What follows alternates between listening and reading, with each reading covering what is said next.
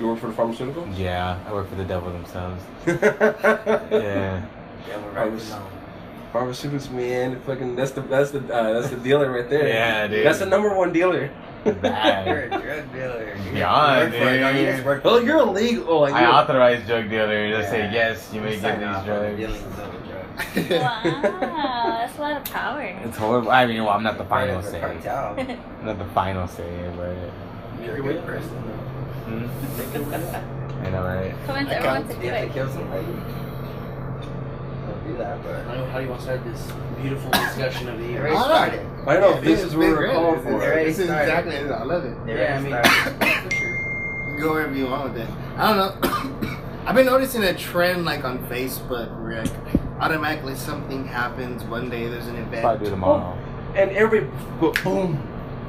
So fast all over. Everyone has an opinion. Everyone has like all this knowledge and data that they supposedly understand something, and they're just hard down, just like ready to fight you for it. It's like Oh yeah. no one has time to like back up, see what's going on, give it a week maybe, well, gather all the facts, make a logical decision on it. Everyone's just like a diehard. They just want to cut your throat right away. Yeah. What do you think that's gonna do to our society? Like, where does that lead us towards? Rather than like dealing things like in this this reality, like talking about it, trying to understand it, you automatically just have an opinion on Facebook, and like that's the end of that. For one, I think it's really important to see like where those are coming from, like because that is used as a tool, like throwing these topics out there to create opinions to break people apart in a larger circle. It's weird how people don't even stop to question where this is coming from before they even treat the situation. They just jump on it and be like, I disagree, or this is dumb, or this is cool, or whatever it is. What do you think's causing that though? The internet, like You having, get like that? like, No. just having like instant publication. Like back in the day, like if you wanted to like publicize your opinion, you had to get with like a newspaper, create your own, do whatever, have a forum. You probably needed credentials, you needed status. Now it's anybody. It's instant. Certified writers, people like Publish. know what they're doing. Post yeah. it, you're published. Like, I guess I can see that. Like, it's like if I post, it's like this is me, and it's done, it's said, and like people will see what I write. You know, almost Yeah. stick it on the You go into statistics now. It's a lot of information. It's so much in information. general, Too though, much like what information. causes like the conflict, I think, because a lot of it deals with conflict, the breaking of opinions and then the aggression. Okay, right now. It goes back, as we mentioned before, like the whole idea of how your belief system and when your belief system's challenged, there's actually like a physical and chemical response, like to like the survival instinct. Like it's like someone's challenging what you know, you're gonna respond. Yeah. Like almost with your life. What like? It's good. It's good to be like challenged, but like, why is it like so like defensive though? To the Well, point that's where the it's, thing, like, it's- words have that much effect on you, on some type of belief system that you have. That then maybe your belief system isn't that strong. Yeah. Like if words are shooking your structure of what you know to be true, then like maybe it's so powerful that you should question. Oh shit! Like, why am I feeling this I way? think Not people just directed as fuck you. You don't know what you're fucking talking about. I think people are tied too strongly to their opinions. Like they feel like it's 100% instead of allowing for the room for growth, or like maybe I'm wrong here. We don't like feeling wrong. I think too, it's because a lot of people grew up, or there's a lot of these people that grew up like that didn't know certain consequences or certain like they weren't told no in a way. They weren't told no. Fashion. Yeah, they weren't told the right way of handling situations or dealing situations. So now what we got here is people they feel like they're entitled to their opinion, and that only their opinion matters, and that if anybody else has anything else to say, and it's like and they blow their fucking lid. Yeah, I think that's a good point. It's building towards something, and I think that if we don't address it amongst ourselves in our own communities of friends and family, that it's political violence is what's happening now. It's happening, and that's why I think this is so important to be examples of what we want to live. But I also see this. It is a big time tool Yeah. to keep people separated. Definitely. Instead of discussing about things, discussing why don't you agree with this? Right.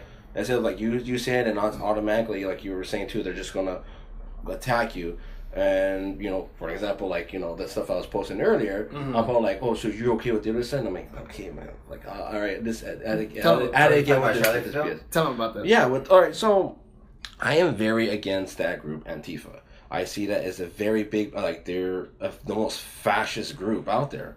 Why? Because if anybody that has a different opinion or a different view or thinking, they automatically want to label you as a Nazi, as a white supremacist, or you're a Nazi sympathizer, and they're communists. They're also communists too, but I like calling them fascists because they get pissed off about that shit. And I have friends out there, that are more, of course they don't like Nazis, and so they're gonna lean more with the Antifa. And also with Black Lives, with the BLM movement as well. And me, I was just post like, even though everybody knows about Nazis, everybody knows about white supremacists, it's been out there for years and years and years, who they are, what they're about.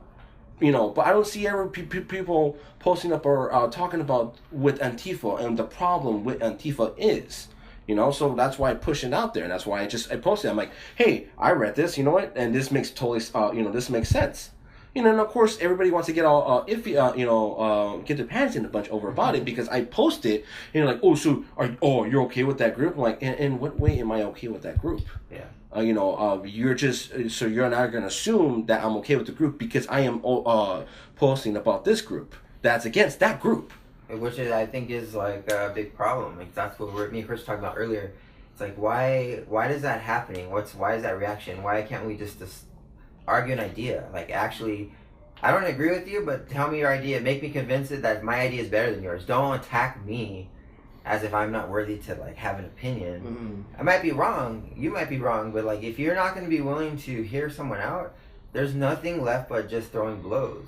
And it's like I just see this happening, dude. People don't want to talk. They don't want to get along, and they're letting the media destroy us, dude. Like fucking they're putting us all in groups and saying this is your identity, it belongs to you, and then they're all pointing towards one thing and saying this monolithic creature is going to be your salvation. If you remove Trump out of office, then everything's better. It's like it's not even about him. They're using this situation, even though it didn't turn out the way they wanted it. They're flipping the script, dude, and they're using it to just make us divide us more. It's fucking bullshit. And with the ordeal that happened over there in Charlottesville as well, a lot of people are not talking about, and a lot of people are not, pointing out of who. Okay, the cops are there. Like any situation, the cops are there to keep the peace. Anytime there's a protest, anytime there's a rally, anytime there's anything like that, to keep the peace. To keep certain people divided, because you have to. Especially with two different factions, two different groups that don't like each other, it's just going to be violence. Yeah. Always. Now, with that situation, what that happened, and there is officers and there are also people out, coming out about it, and I already knew. I'm like, of course, when I looked, who is the governor of Virginia? It's a Democrat, and each time there is a Democrat that is in charge of a certain state, and there's protests like this going on that are not left wing but more right wing or far right, either or, there's always some kind of violence. Same thing that happened in Berkeley. Now, that wasn't all far right people that were doing that stuff over there. Like there was more, people who are more conservative, or people who are just, mixed people, right? Not racist. But, of course, the shit that happened in Charlottesville, yes, those were white nationalists. Yeah, no shit, exactly. But, it's just the interpretation of it all. Yeah. Instead of keeping those people separated, and what happened was the governor told the cops to stand down. Right. To not intervene, to leave it alone, and look what happened. I'm like, now chick's dead, and now that fuels the fire. All the violence from that now fuels the fire. For an example, I've seen a video actually. That one black kid I got busted up pretty good by a couple of those guys, right? Yeah. Now, I don't have too much pity on the kid, or I don't have much pity, because it's like, you know what the fuck you're doing. You know exactly what the hell you're doing. Everybody knows when you're going to obviously he wanted to go and fight. Well, they came with weapons on both. That's why, yeah. Both sides. They had weapons, they had bags of feces and piss. Antifa had all that shit on their side.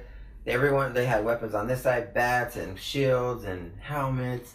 It's like, nah, you're not going there to just to fucking protest against fascists. Wait a second. What does Antifa mean? What does it sound like? Anti-fascist. Okay. It's short for anti-fascist. All right.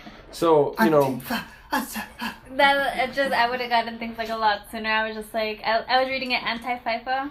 I don't know. Okay. So like with that and like people all fucking pissed off and riled up about that stuff, right? Yeah. People are all riled up about that. You're like, oh fuck these white power, this and that, these white supremacists and stuff and that. And it's like, again, like, look, man, you got caught slipping. You know, everybody knows the rules of the streets. Everybody knows if you've ever been out in the streets, you know, and you roll to an area that you're not supposed to be at because that's a different group that you don't get along with. You got busted up. You got caught slipping. Everybody knows those rules of the streets. We all came from that area, you know. You know, I roam around the areas, and if I went in the wrong area, I'm like, oh fuck, dude, I'm probably gonna get mopped up. But if my stupid ass knew, you know, like, hey, I shouldn't go that direction because there's that group of people, you know, that's my fault. Yeah. But, you know, so I'm like, and there's the whole thing that, like, people, like, getting pissed off because of, like, people backing them up. It's not that they're backing them up. It's just, like, you know, like, these motherfuckers, regardless of, like, disagree with them because I don't agree with their white nationalist views, I'm like, you know, because they want a white country. They want a white area, you know, they want it to be segregated and stuff like that. But we call these asswipes have every single right to say what the hell they want to say. If they're doing everything law abiding and they have their own little their rallies and stuff like that, I don't care what the hell they say. I mean, and that's the thing. Nowadays, people are get bent out of shape if somebody says something so offensive.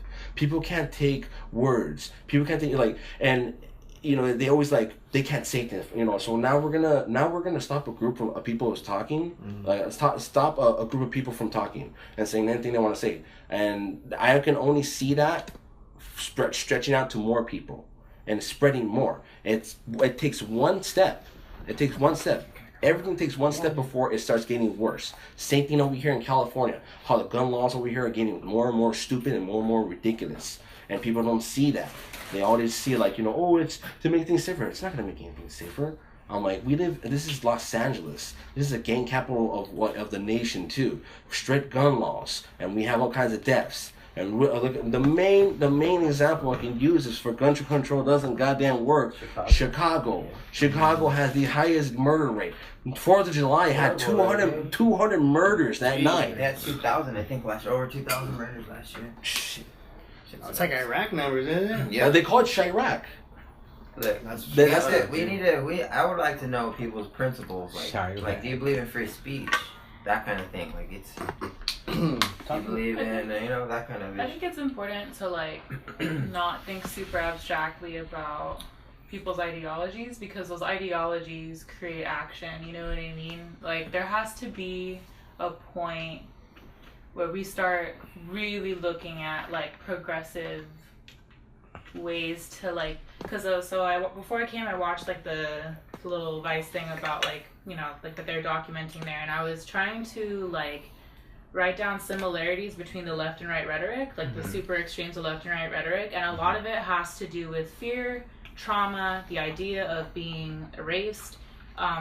White supremacists on that side believe that there's an ethnic cleansing going on, to eradicate the white race. Here, whatever, they're super anti-communist and all these different things or whatever, right? I feel like a lot of that comes down to this idea of scarcity and how do we address that? Because this has been going on every continent throughout human history. Ethnic groups not getting along or whatever. That tribalism thing. Yeah. Mm-hmm. And I think the words we were talking about, I think how we talk about it matters. The stupid ass memes matter. One of their fools was saying that we came here to move off the internet. We passed around our memes, we got people interested, and now we want to show up and we want to show the world or the country that this isn't it, but their rhetoric is violent, is dangerous, in my opinion, and how communal is the country, how do we think of ourselves? Are we just factions? Are we just LA? Or are we like a real country? Do we have, you know, like I think in reality. What would unite that? What's an idea that you think could like, cause that's a good idea. Like, what would unite that? I don't know, dude. What I unites think it people? takes relationships usually. It's broken down into a bunch of little relationships. Whether you're a Dodgers fan, a Raiders fan, whether you like Burger King, or like you break into these little categories of who you identify with, and like who like, or like if you like, I heard a good example, like a dude rode a Harley, walked into a bar, and like he met another dude who met a Harley, and like automatic they're just best friends just because of that similarity. Like we search for these similarities in other people that we could share with and bond with. Yeah. And it's like if you broaden that perspective of what a person is rather than just like the color of your skin or like where you come from, you can unite a bunch of people. But like we're divided. Like our society makes us divided. Like even our lines and everything's divided in little squares. You're just like, but it's also in our DNA. Like we're like you said, it's like, tribal. Like, I think there was little factions always. Like, is there a society? Like, can we picture a society without racism, without like being divided? Like, what would that look like to you? Like, what would that?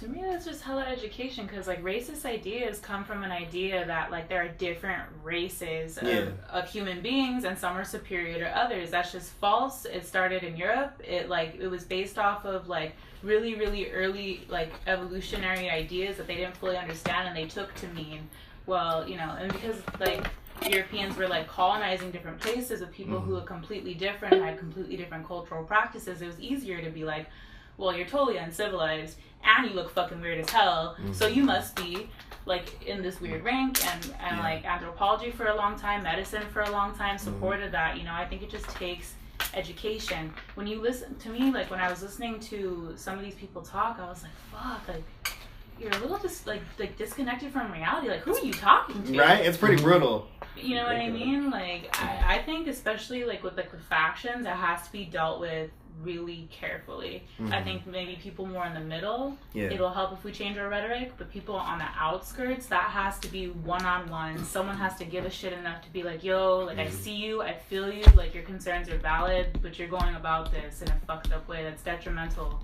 to a lot of people. And all people don't care, dude. They're talking about how they came out here to murder. They're talking about like how like Blacks and Hispanics are animals, they're savages. Like they still have that mentality like in 2017, you know, it's fucking nuts. And that's within just our country, not even like, you know, what was it, like 50, 60 years ago, like this country barely said it's okay for Black people to be like normal, like us, like white people, like treat them the same, like they could not treat them the same, but pretty much have they're not subhuman legally. That was our mindset 60 years ago. You might get rid of that, but you won't get rid of races hating themselves.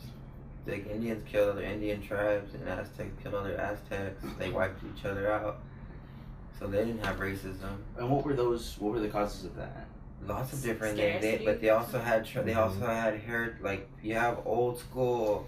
So and I read this shit, like they hate each other because they merely inhabit a land that they believe is theirs.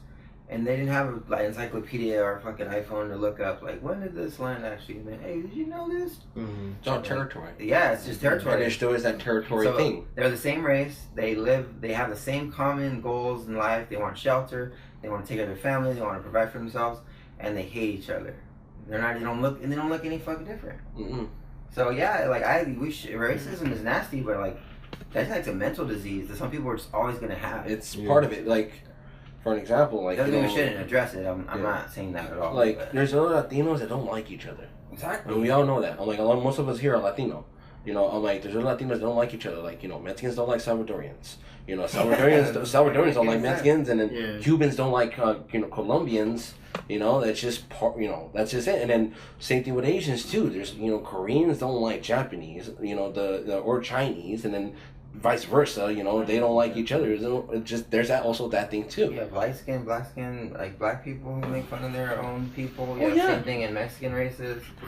The white Mexicans sometimes get like made fun of, and then the opposite. It's like like it's just base thinking. That's basic. Yeah. That's like basic human survival shit. Like the book that I was going through said it usually comes down to 3 things all over the globe: is power, wealth, and prestige. And I feel like, what does that mean? Like we've talked about power and wealth. That's the land. That's like, you know, your safety or whatever. But what the fuck is prestige? Like at what point did we like create this abstract thing where like my idea of myself matters so much? I'm gonna kill a fool. Like, you know what I mean? Like, What if the prestige isn't inward yet, but outward? What if it's a tribe of humanity, of like absolute, true progressive, in the sense of like we should stop the government from fucking suppressing technologies, from letting people create shit and entrepreneur them way out of fucking ideas. Like everything's just controlled. What if that's an option and people actually have something unite with each other? And like no matter what you look like, I know that you're trying to take care of yourself, your family, and be happy, and I want that too. And let's all find the people that are keeping us from doing that, and let's attack them. But not violently. Let's just like destroy them by not participating in what they're trying to get us to do, which is kill each other. Fucking, we're watching it happen, dude. And honestly, having kids and one on the way, it fucking trips me out. I think, oh man, dude, if you can't speak by the time you're my age, this is gonna be madness, dude. People are gonna be all vaccinated, like completely like sick and mentally ill on pills. It's like adventure time. I still don't see the problem of like a culture being like, nah, we're not here for a lot of that like basic bullshit. Like saying that like, I don't know. I had a follow-up question to what you were just saying, but I forgot it. Oh, so good. Can I just drop the big elephant in ice in my mind? Yeah, of course. Do you think if aliens came down, humans would be like, yo, we're the human race now, and all that goes away? That would be it might. It could expand outward, like that issue of now there's another race issue, like on a larger scale, and who knows what the fuck can happen with that. I just want to know. I just want to know. It can either go like, whoa, what the hell? I think everything that we know and we've been knowing for so long is now thrown out the goddamn door. Yeah. And people are just like, okay, how are we gonna fucking think this shit out? Or people are just gonna like, dude, there's aliens.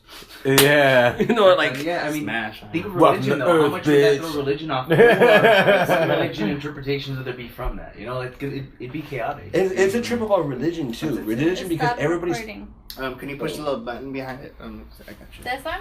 Let's go here. This one? We good. We're good. We good. Like religion too as well. Like every single religion or everything. There's something about. There's that one person that came up there and everything, like say there's certain religions that there's galloping horses coming down from the skies and stuff like that. Something's coming down from the sky, or like they've always like even ancient like civilizations and like things. There is always something being talked about. Somebody coming down. There's always the power of the metaphor. Yeah. Just interpret anything. Just fucks everyone up. Stop using metaphors, guys. Yeah. Just say, Can we be literal? A great darkness overtook the land, and there was millions laying dead. I'm sorry. I wanted to like touch on like what you're saying. Enough of the metaphors, like even though it's joking, like this like sociology book I was reading was saying that like true scientists acknowledge that like there could never be like a definite solution. There's never going to be a definite fact. We acknowledge that we're dealing with the best of what we have at the moment, but that like sociology seems to make simple, commonplace, like the common sense shit that humans do into something more complex. But their point was that we need to make our language more specific. It needs to be broken down so that people stop writing off the tribalism, the racism, the whatever as just, oh, that's just a human thing. And it's like, no, we could problem solve our way out of this. Yeah. You know what I mean? Like that on a tangent. She said language, the magic word language. What it just made me remember. Do you guys like hear about those like the computer programs that started making their own language? Fuck yeah! Because like they literally took like it takes what we know and simplifies it make more sense. You guys are like. That's why it's not working. That's why Elon Musk is saying that stuff, because he saw behind the curtain. Like the Arrival, like with the circle and the shapes and all that stuff. It's like if there's an easier way to use language and we could get A, B, and C done how much quicker. Yeah. It's like and I mean that's something. Then nobody will care about anything about Charlottesville. Charlotte's what? See? Charlotte's already gone. Fucking Wilbur, dude. Bernstein Bears.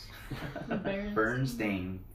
Yeah, I mean, good stuff. Go for it. So it's like, I don't know, like since the 60s, what do you think our education system's been doing? What do you think these religious systems have been doing with this information? Rather than like actually empowering people to do something, actually teaching people how to communicate better. I don't know. They're just producing workers. Yeah, that's exactly what's happening, and like we could see it now. And I feel it's just because like things are happening so fast that the consequences are just piling up on each other now. So it's just like we're trying to like hold back a wave that you can't. That's impossible. Like it's just gonna crash. That's why it makes sense for aliens to reveal themselves, because it's time. Now's the time. It all hits at once. People man. can't believe who's fucking president. Aliens come down. There's World War III. Fucking all kinds of shit just pops off. Yeah, because a lot of people took that as shock. Yeah, a lot of people took that as shock that Trump, won. The whole world, dude. It's amazing. Like that would be the perfect timing, like a giant movie. Yeah. We need Morgan Freeman to come out. Yeah. Don't worry, America. We're good. We good. We're good, America. Morgan Freeman has said, and I've used this so many times, but he said an interesting quote about racism. They asked him how to get rid of it. He said, "Stop talking about it.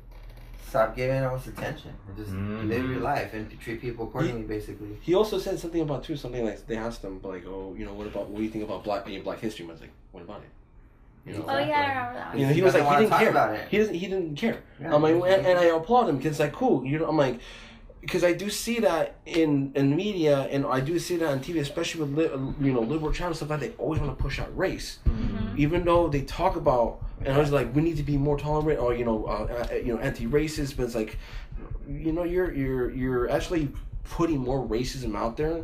You're actually, because you keep throwing, you're putting more race into the subject. That you're saying like it's about race. Because. And another thing too, because I'm like, because since you're Black, because since you're Latino, especially for Los Angeles, like there's more pressure on you, or like that you're not going to succeed. That's why we have to make things easier for you. And I see that more as like, well, that's being racist right there, because you're saying that because of my color, my skin, who I am, that I'm not going to be able to succeed. So you have to put these things here to make it easier for me. Is that bigotry, right? Isn't that what that is? Mm-hmm. I think it takes better rhetoric. Like, you can't just interject race into something and then not have like a critical discussion about why, and the intersections of poverty and race, and the intersections of mental health and poverty. You know what I mean? To me, those are the things, the biggest factors of why people need programs to help them get to a place where they can have a decent quality of life, meaning food, shelter, maybe transportation, because we live in LA. You know what I mean? And like healthcare services. Like, I feel like those. Like, I will never back off from like saying that race is an issue to some degree. You know what I mean? Yeah. But like the conversations need to be more nuanced and more like we need to work harder. Cause like who was saying it's like intellectually lazy? Me. Yeah, like there's and like again I say it all the time. Like there are certain people I'm friends with who like I won't approach on a subject I know that they're fucking up on. I'm just like, damn, dude. Like, okay, like they talked about how the woman who died in Charlottesville doesn't deserve any press, doesn't deserve any sympathy because she's white. And I'm like, what the fuck, dude? Damn. You just completely took away her humanity, took away her dignity because that girl's white. You know what I mean? Like, she fucking got hit by a car. Who stated that? One of my girlfriends. Oh. And like... But I've seen that on Twitter. Like, that's the like big popular talking thing on the left. But I don't know. It's like it's ugly. I agree. It's ugly on both sides. It's ugly. It's nasty. It gets really, really nasty. But if we can't agree that humanity is our unifying my issue is thing, it's not to blame somebody. It's just to say like, look, where does this come from? I remember when I'm not Republican and I'm not Democrat, but I remember when Republicans were, they're just Christians or. They're the typical, that box. And then it was like the Democrats were about the people and all this. And then you see over time, all these Republicans who didn't say nothing about being called this and this and this. They're reacting to years of this, of just not, because now it's like, we can't talk about this. Free speech, banning shit. Ban. Like, they're basically going to be banning books next. Yeah. And it's like, dude, you guys got to chill. You're going to lose your own rights to do this. Because the government's going to come in and say, thanks for creating the violence. now we're gonna take everyone's rights, and it's like, don't you see? You're like helping They don't them? see that. Like, it's not about justifying what's happening and why you're doing it. I understand that. You're fucking makes complete sense.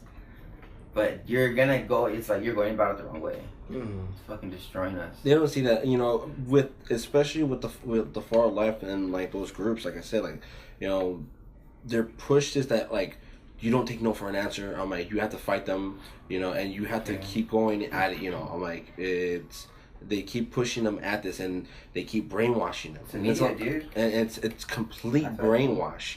And that, I'm like, and that's, you know. Watch any fucking show right now, any channel, and it's like, it's making you angry. It's not trying to talk about the truth. It's not trying to give both sides. It's not trying to let you know like the spectrum of information and saying like they're not. And then they lie and try to say that they're not biased. Like, just, it's okay if you're biased. We all are. Just don't lie about it. Just say what you are, so we know what we're getting. It's just deceptive. It's being pushed out there in movies and shows. Minds, dude. It's being pushed out there in movies and shows. It's getting to the point like I don't fucking go to the movies anymore, dude. I don't put money into these films, or I don't buy tickets. I don't go. Yeah. Last time I went to go watch a movie, I went to go see and it was during last year, during elections. I went to go see The Purge election with my friends, right? Election year. I went to watch it, and I was like, and these guys fucked me. I'm there just sitting there. My friends are enjoying it, right? Some parts I'm enjoying it, but I'm like, fuck, are you serious? This is propaganda. Yeah. This is all propaganda. Because they can make money off of it. Yeah, I mean, exactly. I wouldn't even consider that far left. That's just classic liberalism. That's just straight feminism is in right now. Let me make this like pseudo feminist show. Like, this is in right now. Like, yeah, we can market off of that. And like, you're a strong woman, you know what I mean? Like those are good qualities, but I start to question like the sincerity of it and like the effect of like never having like a deep conversation, never being in a room with someone who has different beliefs. Like, we all have different beliefs. Well, you know what I mean? I have majority of my friends don't see things, and I it's cool. I'm like, none of them. We can't shove each other's belief systems or how we think down their throats. No, I'm like, then, you know, it's like, we would be Nazis or we'd be freaking commies. You know, I'm like, I can't do that. You know, some of my friends think like, man, you're off the wall. I'm like, no, I'm not off the wall. When I was high and drunk, I was off the wall back then. You know, I'm like, no, I'm not off the wall. I'm like, I just see things are totally different, and I don't, you know, you guys don't see it because, you know, I see it. You know, I have different perspectives. It's communicating to each other what ours is and trying to find common ground on how to achieve and live in that reality. Like, it's all good. We all have the same common needs. I always go back to that. It's just basic shit. Like, I want us all to succeed because it makes my life easier. Because the doper my friends are, the doper my life's gonna be. Yeah. And it's just that it's a trickle up. Like, make it good here and it's a good out there. I don't care about what's going on in your bedroom. None of that. I don't care what you believe in your heart and your mind. Even if you are racist, I don't want to know about it. If I know about it, it's gonna be a different decision. But just be cool to me and get along. And everyone can, like, you can make the relationship really deep, or you can like make it, you know, very touch and go. And we all have that free will to like free associate, and that's the beauty. I want to see that. That's what a utopia would be. It wouldn't be perfect in the sense like there's nothing wrong. It would be in the perfect effort of people to continue to try to be perfect. Knowing they ain't gonna achieve it. You're just gonna have to keep striving until something amazing happens, and you're like, I don't know. And so maybe one day you could, but not. I don't see that now. How do you get there? Like some sort of, I think, but like, education definitely helps. Nah, but you know what kind of education? You know what's a hidden thing that racism is always there and it's always gonna be there no matter what? Comedy. Like, it's always gonna push racism no matter what. Like, what are black comics without talking about how black they are? Like, you know, and it's just that's what it's always gonna be there. People go and they laugh at it, but it's always gonna keep that mindset in them no matter what. No matter what. You can educate people all you want, but like, comedy still be there. Like, people write on it. Like, it's entertainment.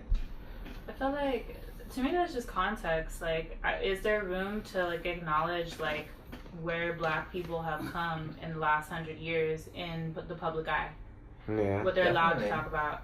You know what I mean? Like, what like public perception is. Same thing with like female comedians. You know what I mean? They're gonna have like female specific jokes and shit like that. Like, I don't know if that necessarily pushes a feminist agenda or like a race agenda, and like, and you know, too, and like, I want to like acknowledge like Because I was looking up different, like, because alt-right isn't just one group of people, it's a collective of, like, a spectrum of, like, more right-leaning beliefs, and part of that is, like, MRAs, and, like, anti-feminist rhetoric and stuff like that, like, I don't know. You mean men's rights activists? Yeah, yeah. Have you seen The Red Pill? I have. I've been on What do you think about that movie? Oh, the movie? So many acronyms, No, huh? I haven't watched it. Oh, You just have to break them down. Did she, like, go and, like, kick Like when they it? said Antifa, She I'm all just interviewed that. I anti-fascist thought it was a Nazi really good documentary. American. I'm not no supporter of the MRs or any of that, but it was just an interesting movie. Yeah. What movie is this? It's called The Red Pill. What's Red that? Pill? Cassie Jane. Guess that's I think The that's documentary? You know the Red Pill? It's on Reddit Netflix, subreddit? I think. I think it's on Netflix It's like or Hulu. or something. MRA's one of their main subreddits. For them to Red Pill. talk about their things. It's a good movie though. But Check it out. well, I'm sorry, I didn't mean to cut you off. Like when was that? Like I hear a lot of like really negative talk about like feminism and stuff like that. Like even from my brothers and stuff, because they're gamers and like that's a big part of gamer culture. Is like anti-progressive. Even if it's just a joke, like even if it's trolling, you know what I mean? Like when I talk to my brother about it, he's 18. Actually, he's 19. He was giving me these ideas as if they were facts, but he still has that innocence of like he'll listen to me and he'll quietly like think about it. well, all right, but you know I'm just playing, right? Yeah. You know, and I'm just like fuck. Like I think feminism has contributed a lot, like not just to women, but to like people who aren't the ideal of like masculine, like accomplishing things, being able-bodied, having a really good work ethic, being able to provide, like the survival type of ideas that we gravitate towards, you know. So we're also talking about like people with disabilities, like the queer community, like, you know, like I don't know. Yeah. So I wanna throw that out there. I'm not saying anybody in the room, like I'm not like accusing, but like when I was looking up stuff about the alt-right and stuff like that, like some of that shit's kind of intense. It's super like really graphic language and like super It's talking about anti-PC. MRAs though, right? It's very anti-PC. You're talking about It's not MRAs, being though, politically right? correct. The reason why, because again, with left and people are like, oh, we have to worry about watching what you say. You're like, oh, you shouldn't say that. You know, that's not very nice. So it's more of a you know, a counter like, fuck you. You know, like I'm gonna say what the hell I want. You know, I'm like, you don't like that, that's too bad. You know, and people are getting sick of that, and you know, especially from people from the alt right or people who are more conservative, more not, you know, left wing, not left. They're sick of it. You know, they're sick of like, why do I have to watch what I say? If you don't like what I say, I'm like, look, words don't hurt you. You know, that's a good question though, and that's a good point. But I would say that words do affect how you behave, how you expect people to treat you, what you low-key think of people. Like you may be like, man, like I respect women, you know what I mean? But in the back of your mind, if you think like for example, I don't know, like women aren't as smart as you, or like stuff like that, like these like I feel like those types of like cultural beliefs are really insidious in that they grow and they change the way we respect each other and stuff like that. And on the same token, like I'm not proud of the fact that like a lot of feminism is known for like belittling men's masking out, like they're masking, like just them. Yeah. Just saying that like because you're a man you can't do this or that. Because you're a man I have the right to do this and that to you. Or saying that like or like making fun of like men who are sexually assaulted and stuff like that. Like a lot of those men kill themselves. Men have the highest suicide rate. Like if we're not more compassionate, more intelligent about the reason, like okay, like you can say like, man, like I'm tired of being PC and shit like that. I would be too if I had no other reason other than like I don't want to be mean. That's not a good motivator. You know what I mean? Like wanting to like actively shape your community is a better motivator, and that's a better conversation. You know what I mean? But yeah, that's just what I think about language. Could you? I don't know. Yeah, maybe. spectrum. Maybe. Like, because I do understand, like, okay, no, there is a different side to feminism, the original feminism, but, you know, again, now it's really taking over, the third wave has taken over, and it's, like, negative, and that's all I see it from, where and I do see as well, that they want to push that women are a lot more stronger, or women are, you know, are the top dog now. And it's actually pissing off a lot of men, or pissing off people that see that. They're like, what? You know, like, no, like, that the women now are the one wearing the pants. It's like, you know, like, you know, you're just making shit a lot worse. Because you want to push this saying that women are going to be the alpha dogs. No, I'm like I do see that there are women out there that are more intelligent. I'm not gonna argue that. There's a fool that's like just because he's got money, there's gonna be a chick that's gonna be a lot more smarter. I do see that.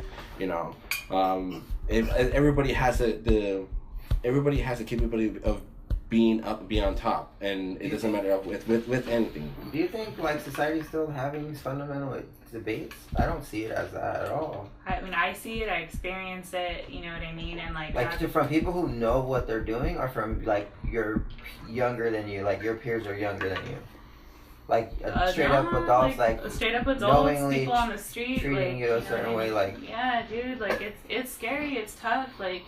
You know what I mean? Okay, and that's what I'm asking, because, like, okay, it's happening to you. Because I don't see it around any women that I'm around, and I can ask my sisters that same question, and they don't experience that.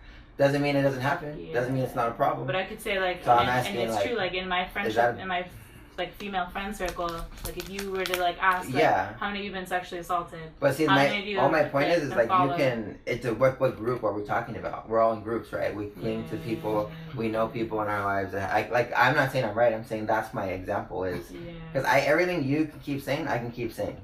I guess, but so like historically, like documented like history and stuff like that, like it's the same thing. You can go both ways. There's that women have been haven't been subjugated, or there's documented history of that you can argue that is the progression of women, and it's the way you argue it, and it's how you present it. Oh yeah, so I'm saying like that's sure. But like if you go that way, you can say compared to then, your argument can start then, saying like, dude, relax, like look where we've come from. And the West is the best. Look at the rest of the world. We treat women like queens here compared to everywhere else. Everywhere else. Sure, I mean, I'm not. So, I'm just saying, like, I agree with what he's saying. Third wave feminism. Like, feminism, contributed. Dude, you can't argue. I don't think you could argue that. Second wave got a little different, but this wave, it is toxic, I believe. It's not feminism. I think a lot of that rhetoric of, like, not allowing anyone to speak is toxic. Yes, that's what I'm saying. They want to silence free speech. Also brought in intersectional feminism, which is, like, looking at, like, sociologically how, like, all these different accesses cross and, like, how we can, like, more rightly address that. Not to say it doesn't, I don't want to say that there's no value in it. I'm saying overall. My statement is the overall benefit of it. Of where it's from first wave to third wave. Like, I don't like this current, but it doesn't mean there's not good elements of what they're doing, like you just mentioned one. Totally agree with that. It's just, it needs to be scaled back, dude, like everything does. I'm not saying, like, I'm not on a side, but it's like, everything has to be scaled back. Because what the fuck's left, dude? I'm telling you, it's political violence. They're just gonna start fighting. You can't get along. Family members are, like, breaking up. It's it's like story after story, because of Trump. Like, who the fuck cares? Like, all of a sudden, everyone cares about the president. People care about the president for not as long as I can remember being like politically not like this. You know? This has never happened. This has never happened in the history of this country. It's been documented. Well, I argue with this. I think not at this to this extent, but I think if anytime there is more of a president that is not a Democrat. I mean, because Bush was getting so much shit my point is this: every single time there's been an upset, and like that's normal. That part's normal. The build up, all that's normal. Mm-hmm. The media, then whoever becomes president. Then then the basic split happens, and then you have this side and this side. This has never happened before. They don't let up on this. They're just like they want it's continuous. And it's clear, and you can say, yeah, well they do. That's fine. But dude, I feel like we're just being used in that little wheel. Not to say you still don't have your opinions about him, but if you can't see the bigger picture, dude, like who's they gonna replace? Who they gonna put in? All of a sudden, everyone's like cheerleading for the establishment. This is fucking weird to me. Yeah. It's not about Trump. It's not. I don't care about him. Remove him, whatever. You put a blind, one-eyed pig-looking thing in there, and if it made the decisions that lined up with my political beliefs, I'll vote for it. All day, and I'll argue against for the pig. I'll do it, but it's like for the pig. I don't know, man. Like I just feel like people are being fucking spoofed, dude. Yeah, and the media twisted. They turned a loss into a win. And that's what they're doing. They're like, oh, fine, we didn't get Hillary, and clamp down on all your goddamn finish the job. Oh, fine, then like now we're just gonna do this, and then get everyone to hate the president as if you remove him, everything's gonna get better. Yeah. Like, oh my god, that's not gonna happen. it's gonna get worse. Because the only way that's gonna happen is if people give up more rights to get that shit done. Silence free speech. Don't let people with different opinions on TV. Take away publishing rights. Don't let them speak at colleges. Fire them from work for a tweet. Mm-hmm. It's like they're censoring it everywhere, and it's like you got to see that and not pick a side, but like that's not good for both sides. I don't see that happen. Like, oh my god, dude. It's not. It's only going to lead to and I can see it, one world government. George Orwell. That's what it's going to lead to. Or, you know, we could stop it, I believe, though, totally. If we, like people like you and me and us, different spectrums, like we unite the spectrum. I mean, that's what we're doing here. Exactly, and that's what's so cool. I think we need to be prepared for violence early. If you can segue into violence, you always have to be like right, like I think that like learning how to do like basic ass shit like was the only way we can pull away from like corporations. Be self-sustaining. Because like I'm not even like completely opposed to like a form of government, but I'm against like you know, I'm anti-authoritarian, whatever. Like I was listening to something by Noam Chomsky, and he was saying that like what he sees, and this was in the early 2000s, he was saying what he's seeing now is this like huge wave of like anti-government, but he doesn't see that as necessarily the problem, that it's like corporations that have like poisoned and like they're the unfeeling hand behind like, you know, different social ills, and they're like manipulating the public to be so anti-government that they stop voting, that they, in my opinion, stop discoursing. You know what I mean? Like, I know it's difficult, but again, as long as you're prepared for violence, because like everybody in this room, like, you know, we trust each other, we can like go like tit for tat on like different types of stuff, but no one's gonna pull some kind of web, and we're not gonna hurt each other. You know what I mean? But that shit does happen, and it's scary. Like, I've been in like radical spaces, and like a stranger will come in, you know what I mean, and like all of us are like, especially, and like low-key, like especially if it's a white male who's like you don't recognize, and they're wearing like those like fucking army boots and like a low cap, dude, that's like one of the scariest shit, and it's a room full of women. But like you're just like, oh fuck, because you know, like if you're on either side of these spectrums, there's gonna be all these like horrible, anyway, like. But like what Chomsky said, I agree. But do you think, because I like Noam Chomsky. Even recently, he even said, side note, but he even said what's happening with Antifa and what's happening with this. That's a gift to the right. Like, people need to chill out. He's even saying like this isn't good. Like you're committing these things. You're becoming the very thing you're saying you're fighting against. And that's Chomsky. That was like, I saw that the other day. Then, but what you're saying, I agree. It's corporatism, but it's not just corporations. It's because the governments and corporations are like this. That is fascism. It's state controlled. It's state run private like businesses. So you still have Chito's art shop and Chris's music shop, but it's run by the government, even though you call it that. And that's what we're in now. So everyone hates capitalism, but it's not just capitalism. It's called fascism. So that's what people don't like. It gets to me, dude, because I think people don't understand these terms that they're using. Again, language. Like, you want this fascism. There's already not completely like Mussolini or something, but that's the structure. They built the structure. All the corporations are using the government, and they're vice versa. They're leading us there. That's the whole point. Like, you should be against it, because it should be a free market, I believe. I don't want to give the same government I'm just chastising, more power to do more of that, under the illusion that they're gonna somehow help me. Yeah, no, but like I feel like we're all pretty like decisive on like how to fix that, how to address that within our lifetime, or like, you know, in our communities with each other, our families. Put that air on. Vote with your dollar. Do you believe in free market, or do you believe in like something else? I'm not sure. Like I won't claim to know like shit about economics, like technically, enough to like make a really good opinion. But I want to like. I'll be that person. I want to say that like, people I know from Antifa are usually medics. And dude, like that shit matters. Like, I think it matters to have people at protests that can like, you know. But dude, like the violence, I fucking wish that didn't exist. Okay, I'm not. So I want to say though, like I'm not saying every single person in Antifa is what I'm saying. I want to make that clear. But like, what do you do with like a really? Because like. You gotta, the group has to address its own issues, just like all the other groups have to do that, and they have to self-regulate. They're not. The media is ignoring Antifa. They're acting like they're doing the Lord's work somehow. I think Don Lemon the other day. Oh, these people are against fascism. So you read their you read their website and then you just believe that? Like you don't investigate. You don't. This isn't like a ghost story or a conspiracy theory. There's two crazy fucking sides of people out there. Each time, whenever there is a riot of them, especially during when Trump was being inaugurated as the president, that whole little riot they did. Oh, the protesters, any little thing that them losing their shit and fucking throwing things around, destroying property and stuff like that. Oh, just the protesters, and you had the cops, attacking. So I'm not saying everybody in Antifa is a part of that, but it's just like everyone in the government is evil.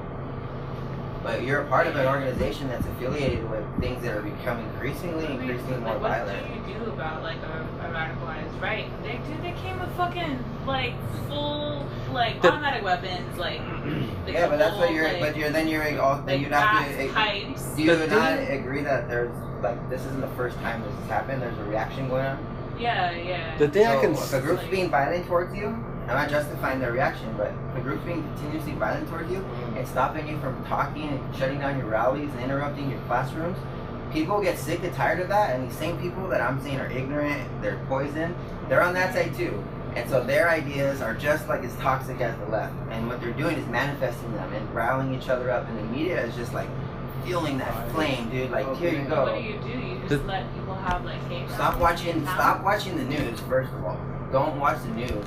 Seriously. Go find it yourself. Don't listen to what I'm talking to. Just actually make an effort of looking for news. Don't just say like, sure, throw your microwave away, dude. Like, use the fucking oven or use the stovetop.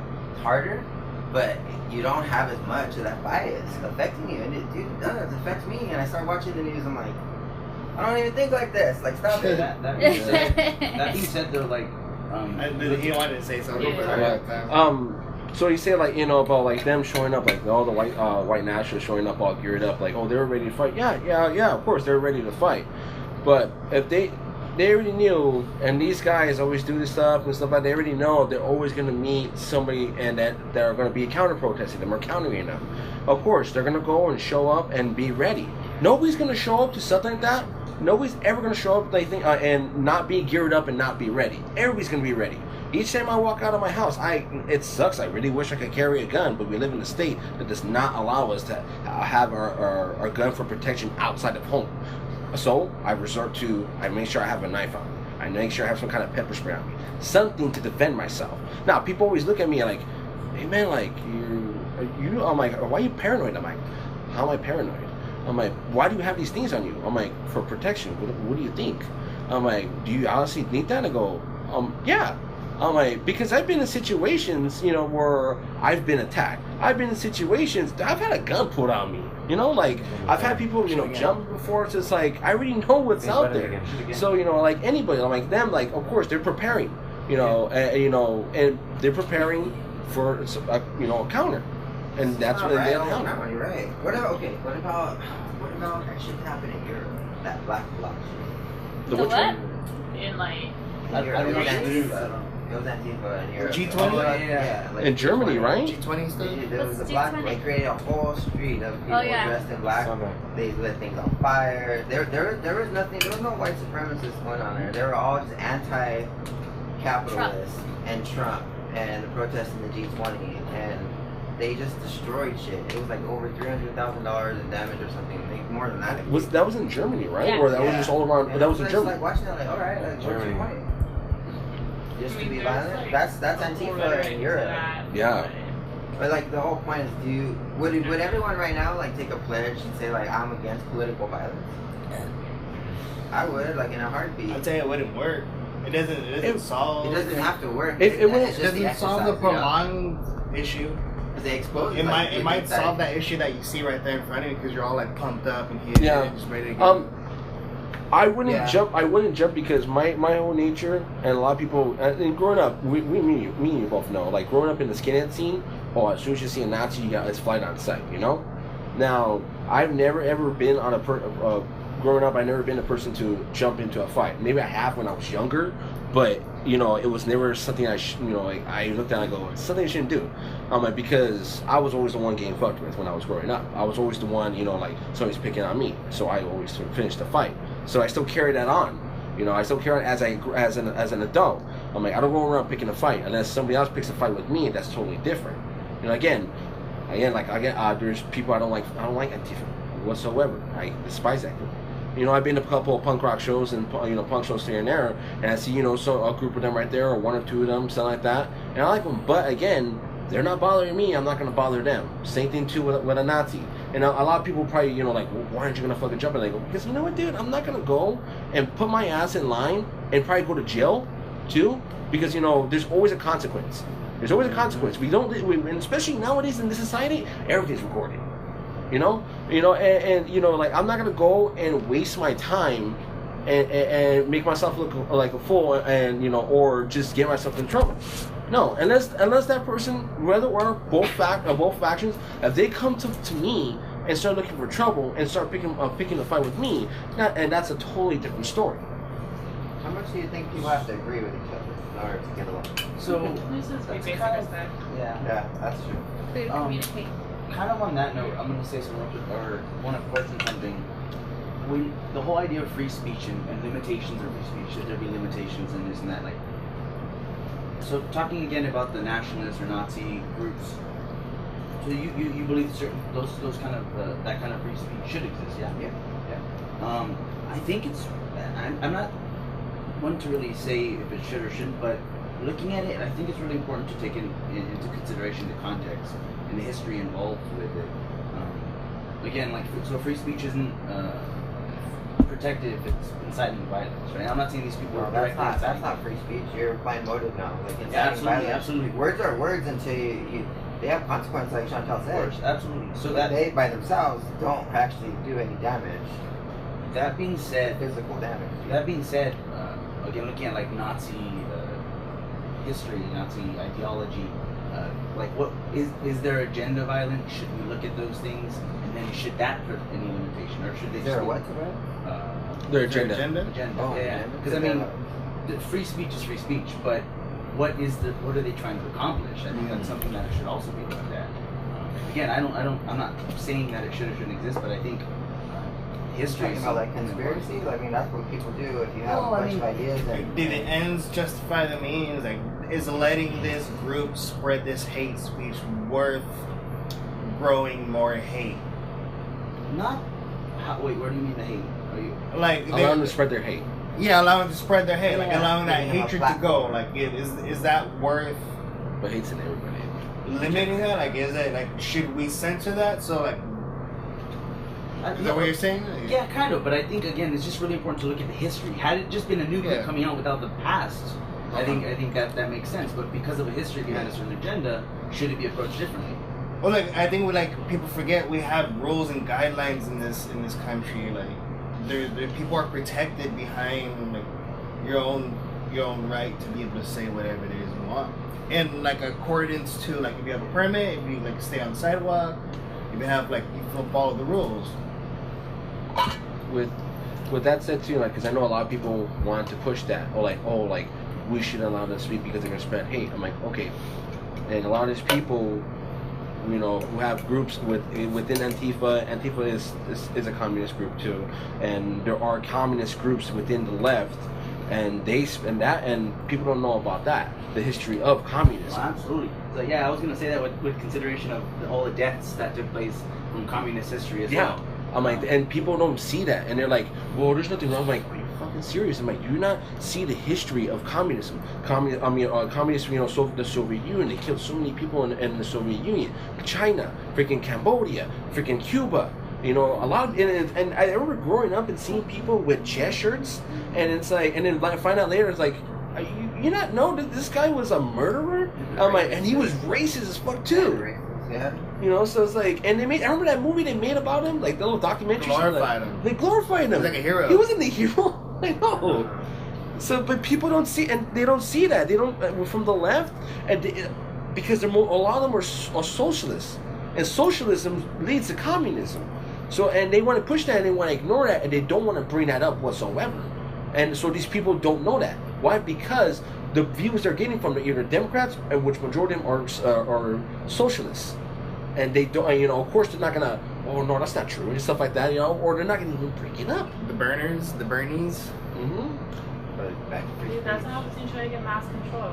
Like, they're, like, authoritarian government will never work. So that's the Never. thing with free speech. Like, if you do that, Stratification, dude. Like, man, I don't know. If you it's don't- hard for if- me to assent to be like, yo, like, it's okay if, like, you're up in here calling, like, people, like, mongoloids, subhuman, animals, whatever. I don't whatever. think. I don't think With I'm the- assigning like my. I'm not giving like my okay to that behavior. I'm No, saying the no, no, principle I'm of saying you it's being allowed to dangerous. say it is dangerous for that individual too. I'm not opposed to a bunch of people whooping that person's ass.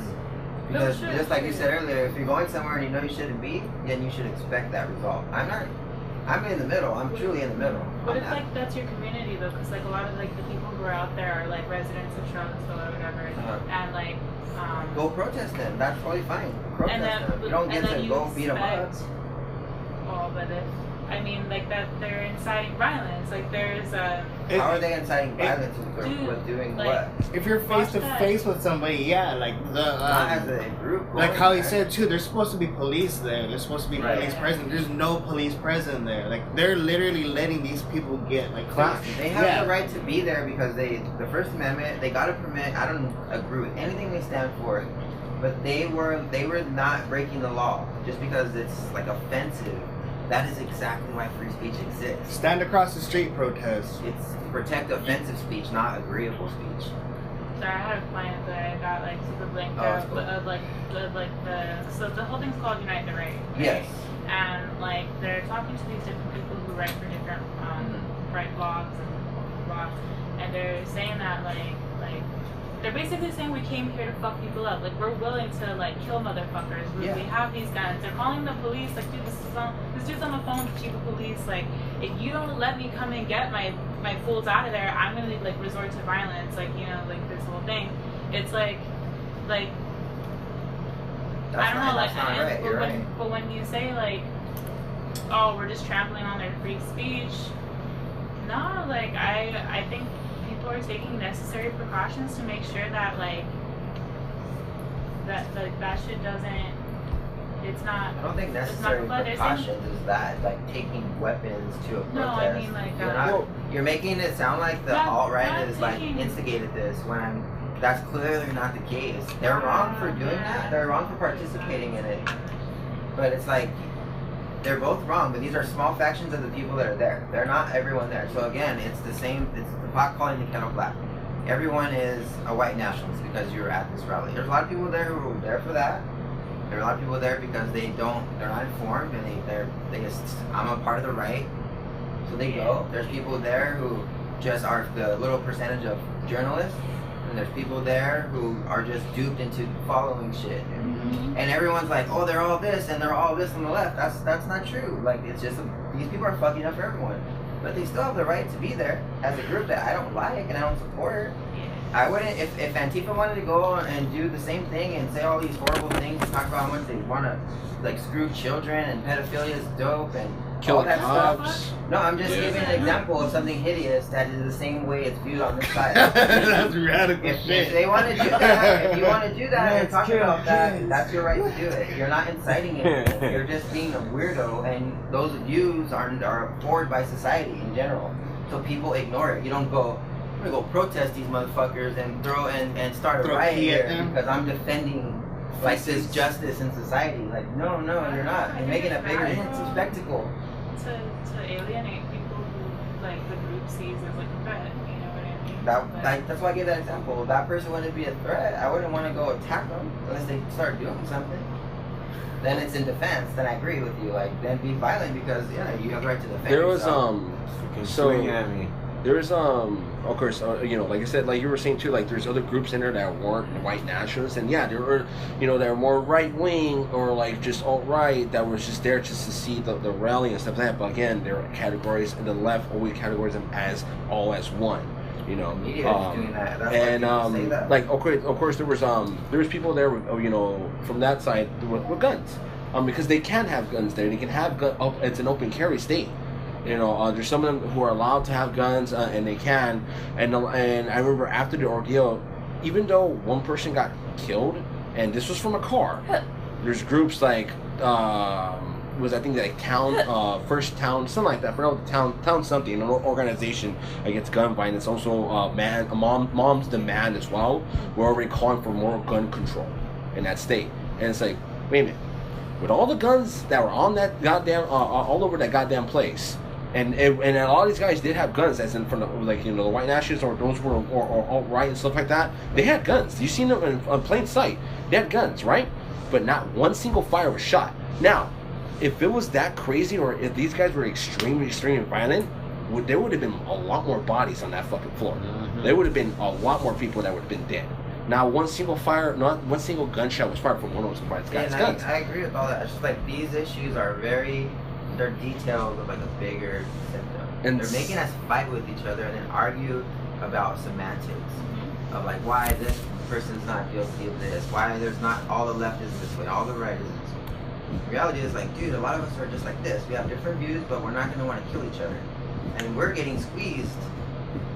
And the majorities of these dumbasses are they have more power because they're louder. They're just louder. Yeah. Like, I don't think everyone on the left is crazy and is Antifa, but I don't think everyone on the right is all that either, a Nazi, and like all of a sudden I'm like, what the fuck? Like, we elected a black president in this country. That's it? That was all fucking a joke. Half and then black. He leaves and half the country's racist now? Like, that's the media saying that. Like, there's always been those people. They've always been there. They haven't gone away. They've gotten smaller actually, but it's like, do you know what I mean? Like, I'm not saying that I'm not defending their beliefs. It's like, they're not the demon, dude. Like, with the government is. What we were saying earlier, like, you know, he said, like, you know, they called him, like, look, if you don't get any cops there or stuff like that, we're gonna get our guys and we're gonna carry guns and get our people out. I'm like, it's like, hey, I mean, like, there is a threatening situation and you're gonna go back into a battle zone. It's the same thing like with the soldiers. Like, hey, you're gonna go back into a battle zone to get your guys out. You're not gonna go in empty-handed. You're gonna go in lock and loaded. Like, baffled that he was talking to a cop about it. Talking to a cop about using the legal force, like, just straight, like, you know what I mean? Like, I just, like, it's crazy to me, like, what a pressure cooker, like, that area is. He was, it's legal in a way. He didn't say, like, we're gonna go and shoot everybody. If he wouldn't have said that, and then that would have been like, oh, fuck. But he went there like, look, we're gonna go with our guys over there. If you guys need to get somebody over there, before I send some of my guys, and they're gonna be armed. And so, they're gonna be armed. Threat, you should be arrested. That's what I say. So, like, I should have been arrested. I agree. Man, just like you shouldn't be making threats to people. Especially just watching that shit and listening to the rhetoric about like how like just that the white folks are gonna take back their land and like all this like mad ass shit, and like since Trump became president, I did experience or like secondhand experience people in the area experiencing more like direct racism and direct like whatever I agree with that. Under that like. But like Trump's. It's because the media is pushing that on people. These same people don't know why the fuck they believe that. Ask them 3 questions that go deeper than fuck. Don't say fuck Trump. Don't say nothing about Nazis, and don't say anything about racist. And tell me why you don't like him, and that's fine. But dude, people can't do that. They're just mad, and those other people are so dumb too. So they're fucking getting fueled by the same. They're reactionary. Like, yeah, fuck them, and then they're being regurgitated because the left is saying this is what you believe, this is what you believe, and the right saying fuck you, fuck you, fuck you. No, I don't. I kind of disagree with the whole racism because I think that's always been around. I mean, a lot of people want to throw it out there and say like, oh, because since Trump has been more been president, that we got all these more like white racists coming out of the woodworks. I'm like, they've always been there. I remember during a couple years back when Obama was president. I remember I was walking. Didn't happen to me. This happened. I literally seen right in front of my face between a Latino and a black guy. I remember all of a sudden I'm walking down the street. I was coming from this one place I had to do for for social work or some shit like that. I was heading back home. I'm catching the bus. I was in Southgate, catching the bus back home on Garfield. And next thing you know it, I seen a black guy walking kind of in front of me, and I seen essay on a bike with a chick, and passes by, and he's like. Hi. Hello. They passed by each other. I don't know what happened. How are you? Good. Sorry, interrupt. It's commercial break. Sorry. Good to see you. Good to see you. Latino and a black go on a bus. Go. Okay, no, so get ready with this chick. So, them two are writing. I don't know what altercation or what happened, but all of a sudden, homeboy passes by and goes like, fucking nigger. And I was like, oh, holy shit, what the fuck is going on right now? Homeboy looked at him and was like, fuck you, whatever, just walk off. They walked away from each other. So it's like, but then again, Latinos and blacks have never really liked each other. And during this whole thing, and that's always been that, there's always been that tension. There's always been. Nobody can ever deny that. Like Latinos and blacks, there's always been that racial tension. Yeah. Even to this day, and some people want to say like, oh, like it made me laugh. But I remember there was that whole that one picture showing like, oh, blacks and browns unite, right? And it's like, I go, and I laughed about it. I go, wait a minute, you mean to tell me that blacks and browns were never united for a long ass time? Right. You mean? I'm like, I laughed at it. I go, fuck it. I'm like, thanks for pointing out that for so long, even they're saying like how things are supposed to be getting better when Obama was president. You mean to tell me that blacks and browns never got along? There was always that, Yeah. It has a lot to do with color. Yeah. Being dark. Yeah. And also, it does have to do a lot with Latino culture. We are very angry sons of bitches. I will say that. Prideful. Prideful and angry sons of bitches. I will fucking say that. And there's that culture, and it dates back, from being in the city, between black and brown.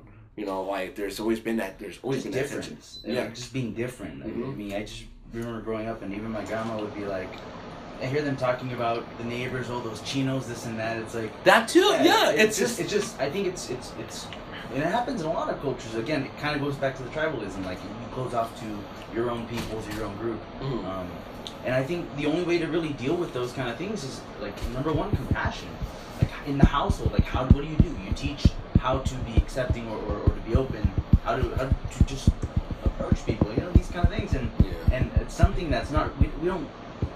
Not to say everybody. I think your household, I think, is a great example. Seeing all the kids grow up and seeing how they're growing up to experience it and just grow. I think that's something that should be discussed. I think that's a really important discussion to have. And that goes back to us as like in a male a male mentality, kind of the whole idea of ego, like me, masculine power. I think those things really need to be looked at and discussed. Because again, the way that we respond, and not to say all guys are that way or all women are some way or anything like that, but again, I think that discussion has to be made on a larger scale. Yeah. Smaller into larger. Yeah.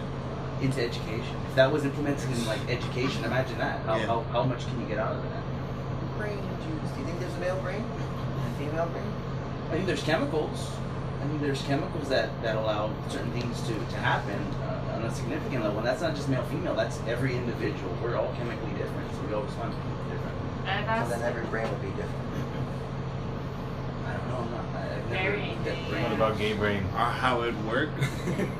Not the actual structure of the brain, but the way the physical brain. I want to know. Just the process of how. I do believe there is a gay gene. I don't fucking believe that. Right. I do believe that it's too complex to make it simple like that. That like it's like a spectrum.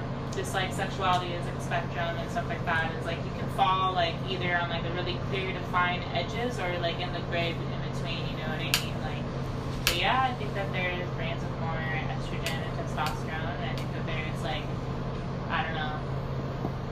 I think that there are natural inclinations. Natural inclinations that are like moved and swayed by like cultural reinforcement that has a lot to do, in my opinion, with like poverty, straight up, the effects of poverty. I think are like the most detrimental to our brains, and like they ride on the back of all these things. You know what I mean?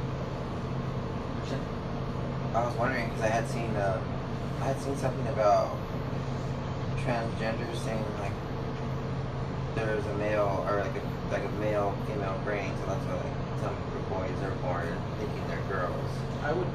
So I'm like, wait, so there is a male and female brain? There's theories that like I don't know how you can do both. Like, well, that's what I'm saying. Is like it's like a spectrum. You know what I mean? Like of like. I understand that, but that's not what this was saying. It was calling it a male and female brain. And that's what I brought up. I'm sorry. I brought up like a specific article that I had just read. This anthropologist wrote about the female brain, told my professor like what I had read and what he thought about it, and he was like, you know what, that's too complex for people to like move into those camps. And he's like, how was that article received? And I said it was really controversial. He's like, that makes sense, you know what I mean? But at the same time, like, there's theories that like men who are gay have like a larger hypothalamus, you know what I mean? Like they're seeing that like in some evidence. Like I think that like, yeah, like the sexuality and like identity presentations and like I can see the sexuality. I don't believe there's more than two genders though. So I do. You said you sexuality, yes. You don't think it could be both, like physical and chemical, like two gender different or brains. sexuality? We're talking about the brains. Oh, you said like a male brain and a female brain. I don't know. I don't have an opinion on that. I honestly don't know enough. I was wondering because I seen that argument and it's like very interesting and I'm like, but I thought that was like a no-no in like the feminist world. Like there isn't no such thing as a male-female brain because then it's saying like there are differences genetically and then you could eventually establish superiority things within each sex because they're different, not because one's suppressing the other or oppressing it, because sometimes males excel at this and females excel at this. Doesn't mean you're unequal. You have things that complement. Yeah, I think that's all. It'd be like, I think it'd be almost impossible to gauge all those things because there's so many factors in it. And again, I'm not a scientist. I don't know. I can't really, but it just like to break those things down, minus the social realm, like how we're socially constructed. I'm just saying it's just physical. Oh, I think like social things affect your sexuality. Yeah. Yeah. How does it affect your biology? Though that's what I'm saying. Like eventually, you're not formed. You're not Instagram and uterus. No, yeah. I'm not like saying you're just cells. It's just biology. It's chromosomes. Like there's no influence on social what level. about like the hormones and stuff like that influence like the growth all of that. in different parts of the brain that happens in the womb? We're all female. We all start off as female. So Yeah. then what? Then that's not female anymore. So we all start off as X now. Like you see how it doesn't follow itself. Like you can't explain one without removing the next principle in science. Like you either have different brains or it's a spectrum, which I can appreciate that honestly of sexuality, but I don't see a spectrum It's still of new gender. science too. You know what I mean? It's still like psychology is a new science.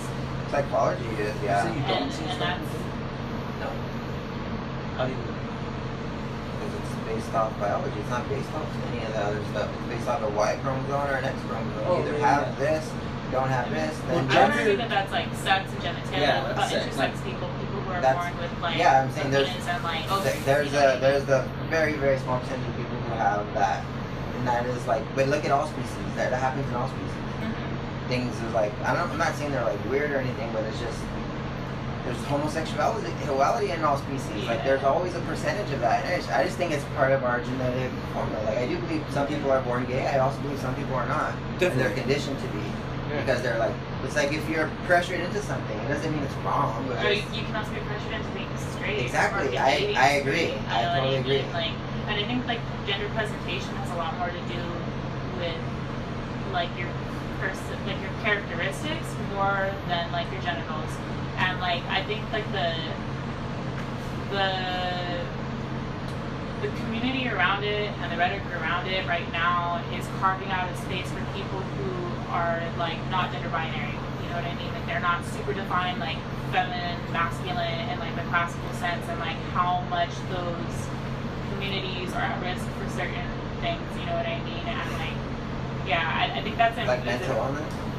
Like violence. I know like transgender, like it's like 40% of them or something like that. Supposed to report that they have like they're suicidal or the issues with that or something. Yeah. So there's a lot of gay population. I think that's environmental. Like purely environmental. I would want to read more about it, I don't know. but I would say society, dude. Like all of it though. Like that's Back in the days, freaking men slept with men like nothing. Like they were just like, alright, lay with men. I mean, cool. like that would say. Do you think it's worse for gay people now than back in the day? I think it's worse that it's frowned upon now. I think it's worse. Is it frowned upon? Dude, it's everywhere. Yeah. So No, I mean like as a society, like Yeah. as a whole society. You think it's gay people are worse off today than? As long as I wouldn't religious to qualify that. it that way, No. but it's still a problem. Is it So- perfect? You can't assign my argument to something you mean, like not you. But it's like, I'm not saying that it's perfect, but it sure Is as it hell ain't fucking statistically worse. better? Fuck yeah, it is, dude. All Yeah, across I the would argue board. that. Gay Not marriage across just the got board, bro. Yeah. Yes, across the fucking board, across the whole damn board. As all a of it, whole, all the yes. pieces. As a whole, yes. Every card, it's not perfect. It's not perfect, but is it better? Fuck yeah, it's better than 10 years ago. Better than 20. Better than 50. A lot better. I have So it doesn't mean it's not an issue. I have a friend. It's not, that's what I'm saying. Like, but whenever I say that, people think I'm saying it's not an issue. It's like, no, dude, it is an issue. I feel like It's always, there's like it's bad. there's this like sentiment that like the fact that you would want to contradict contradict its like importance and stuff like that is like insensitive or like. I can see how that could be construed as insensitive. I don't mean it that way. It's like, if I have priorities that I believe are more important, like this is what's more important, it's just not top of my it's not on my priority, like the top of my priority list. Yeah. Because I don't value the same, I don't see the same principle being violated by other priorities that I possess. Because you do have the right to speak, you do have the right to vote, you do have the right to freely associate, you have the right to protect yourself in some states, you have the right to, you have all the same rights as everyone else. Are you treated differently? Yes, there are cases of that, and they're wrong, and we should speak out about them. And I think society in general does. That's why we do have laws. Like, you can't just do shit to people because of the way they look, or like, it's already against the law. I think it's more like low key. Like there's still statistics about like especially like gay men and like their teenagers like committing suicide, being runaways, resorting to prostitution, stuff like that. I can agree with that. So my brother finally came out that he's gay. He's 19. We all knew. I had the biggest feeling as he was growing up. This guy's gonna be a little fucking fruit. I already know he's gonna be a little fruit. And like me and my dad, like I'm a product of my dad. You know, I'm more like my dad. And him, it was more like, Jesus Christ, kid, you know, like what the hell's going on with you? Yeah. And I can see there was all kinds of shit going on with him, where he was dealing with some kind of depression, dealing with some kind of issue. And for a while, we were just like towards the end of his high school year, like shit was getting worse. I remember he tried to commit suicide at one point, and I caught him in the act. He kind of ruined that night. I was trying to get some ass that night. He fucked it up. Yeah, actually, you know what? No, it still worked out for me later on. But you know, I remember, you know, again, like I tried, like he tried to do it. Yeah. So I can see like there is that with teenagers and them like trying to figure out their, you know, the sexuality, and yes, with society and especially with some parents, you know, my dad's more old school. And so, like, you know, I can see that pressure and stuff like that. And I told my dad, like, you know, like, shit, man, you know, like, growing up and seeing him, like, I remember my dad was really like, man, when you guys are gay, I'll fucking disown you. Shit like that, right? You know, I never gave him shit about it because I wasn't, you know. But, you know, I can see it was going with him. But later on, my dad started he still didn't like the subject, but he accepts my brother for who he is. But I remember he would, like, not argue, but he'd tell him, like, man, because how the way he dressed. I remember one time he did the powder puff game at Mullenball High School. If you guys are familiar with Mullenball High School, all right. So he was the powder puff cheerleader, right? And he literally wore that cut up shirt, like all like just like chick status the whole day, and it was gonna come out sooner or later, but it was just like we already knew what was going on with him. And I remember telling my dad, like, he was like, fuck this fucking kid, right? Then I go, and I told my dad, you know what, Dad? We saw this coming. I can't, you know, we've seen this coming for years and years. We already know. He was like, man, maybe that's the reason why he's like this. Maybe that's the reason why he's around all this fucking bullshit. Maybe he's fucking gay. Son of a bitch. Maybe he needs to get some dick down. Some shit, you know? We laughed about it. You know, it's just like, maybe he does, Dad. Maybe he does. I'm like, because we insisted about the neighbor, and the neighbor's kid's like that too, and she's more old school too. Or the parents or our neighbor, like they're a little more old school, but not hardcore as in like us, but like they're a little more old school, like traditional Mexicans. Yeah. You know, and he's like, and I told my dad said a comment about that, and I go, hey Dad, you do know that Adam's gonna be gay? And I'm like, without a doubt. He's like, gosh, I can't fucking say anything, right? And you know, and he finally got it out of him, but he finally, like, you know, he had to get out of him, and now it's like out, and it's like, good God, fine. And you know, because at one point I know if he would have came out and said it, it's like it was about goddamn time. We all knew, but somehow you didn't know, or you didn't want to come out. And now it's like, all right, kid, you are what you are. You know, for years and years I just, you know, didn't like it, but you know, it's like It is what it is. It is what it is, and then too, it's like it's in my gene pool, and that's why I do believe it's a gay gene. I honestly do believe it because I have a gay uncle, and I have some cousins that are gay too. Yeah. Just from my mom's side. So I tell my dad like, hey, you can blame my mother. Yeah, you chose it, man. Huh? He's your younger brother? Yes. It tends to happen further down the sibling line. It does. Yeah. Yeah, because for my Theo, for my mom's side, it's my mom's younger brother, but he's the middle because there's an older brother. My Theo, he's older, so he's the middle child. Middle child. Yeah, and then also too, my cousin one of my cousins that is gay, he's the younger one too. I think he's the baby. So yeah. I want to ask a question because I really wanted this answered, and because I want to read that exchange we had right now. It left me thinking of something. How could I approach that subject without being conceived insensitive? What's your goal? Like, what's your aim? What's your question? Like, what do you want to know? You know, like in that exchange or in the future for like. What do I want? Yeah. So like, what do you mean? Like, don't bring it up unless like I should know like having an agenda. Like, why I bring it up? I don't think I brought it up, but. People are gonna pick at it. Are gonna pick out like your motivation or like your underlying belief or like what you hold to be true. Yeah. Okay. So how do you approach it without being conceived like that? I don't know. Like, there's not a way. I think just consenting to like the reality that like the queer community experiences and like what caused that, like, or like what can we do to like to combat that? You know what I mean? Yeah, because I'm not opposed to like any of that, and I'm not opposed. Like, I support all that stuff. Like, I voted yes for gay rights. All of it. Like, it's so like in this context, like I was talking about it because it's a piece of something else. It's like I'm saying these are the issues that are, my opinion is that it's riling us up. Like, we're picking issues that are important, but they're not necessarily the biggest issue. When you look at the numbers, when you look at the effect of what's happening that affects our day-to-day lives, the actual quality of our life in general. Well, you're talking about more like systemic things, yeah, like structural where I'm saying things? I'm not saying that's not those are symptoms of that shit. I'm saying that's exactly my point. Definitely. So like, how do you approach that? Because I don't want to be conceived that way. Because I'm not insensitive to it. I don't believe. For somebody to address those structural elements, they're using the vehicle of their body to get there, right? Their body and their brain.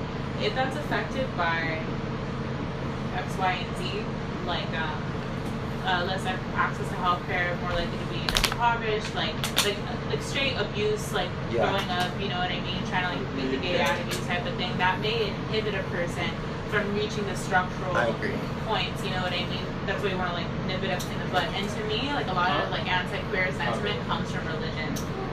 You know what I mean? Like, even if we aren't religious. Yeah. Like, saying like your parents are old school, that means like it's Western Catholic, Judeo-Christian. like, Yeah. you know what I mean? My dad was more old. Like, my parents are not together. My mom, you know, she's a queer hag in a way. She didn't care. She wears stuff like that. My dad is more old school on the stuff. Like, I think also it is religion because he's Christian. Where's the bar? You know, and that's tough to argue. I mean, at least you didn't kick out your brother or kick your shit out. No, and like me, like that's fine. That makes sense. I don't believe I suffer from that. Like, I understand it, but I really love people. Like, genuinely, I might not even like everything about you, but I love you, and that's bigger than me liking you for not liking you about something I don't agree with you on. It's like, that's silly. That's like you do that shit with your fucking girlfriend. I don't like that. But I love you. I never ever thought like my dad could kick him out because he loves us too much. Our family is small. We only have each other. Yeah. Even though he doesn't like it, he doesn't have to like it. Unfortunately, he doesn't have to like it. And some people, some people try to push it down people's throats too much of the gay topic. And it is, for some people to take it in, it is a lot. It is. You know. Dude, I can't talk to my dad about this shit. Like, my dad beat the shit out of me when I was little for like fooling with the girl, you know what I mean?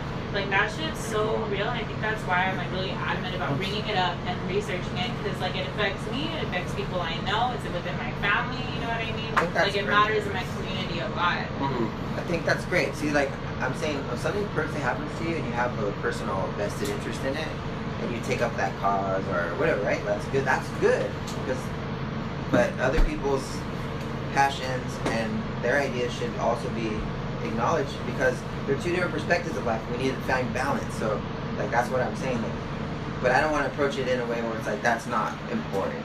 Because they just don't say it's not important. But I've never once said that. No, ever. that's what I'm saying. That's like how. But I've had that reaction many times with my friend she's gay, and I've asked her like. It's just the emotional involvement or the emotion of it. I mean, it's really hard to not get offended by things or people who aren't on your agenda. I'm not even saying like you shouldn't get offended. I'm just more curious of like how can you prevent that? Just like how do you not offend somebody? Like, when you want to talk about an issue, like it's without. And it's a big thing in therapy too. Is like good job today. Like validating it's a subjective experience. All right, come on. You got your phone? My phone. Probably the red button. Let's go. Because like my friend Teresa, she's gay, and like she knows my political like beliefs and stuff. And she's like totally opposite of that, but like, we're really good friends, like super good friends, and she knows all that. And so like we've talked about it, she's like that. Like, she gets very emotional, but because we're friends, like it doesn't escalate. I let it be. I'm like, all right, relax. Like Teresa, like, I'm your friend. Yeah. Like, do you think, like, maybe, you gotta meet in the middle, like, you think everything I think is, like, attacking you? That doesn't make sense with your reality that you're experiencing with me. You're generalizing everything, and that's exactly what everyone's mad about. It's, like, people that generalize and get, so, like, you're put in a group, and then you're this. It's like, oh, there's gay people that are stupid, and there's awesome gay people. And there's great transgenders, and there's stupid trans. It's like every group has that. It doesn't matter what group it is, like, men, women, whatever you want to do. Just people are people, you know? That's my view. I don't hate on nobody. But I feel like it takes too much time to hate somebody. Yeah. And it takes too much time, and it's emotional, and it takes too much.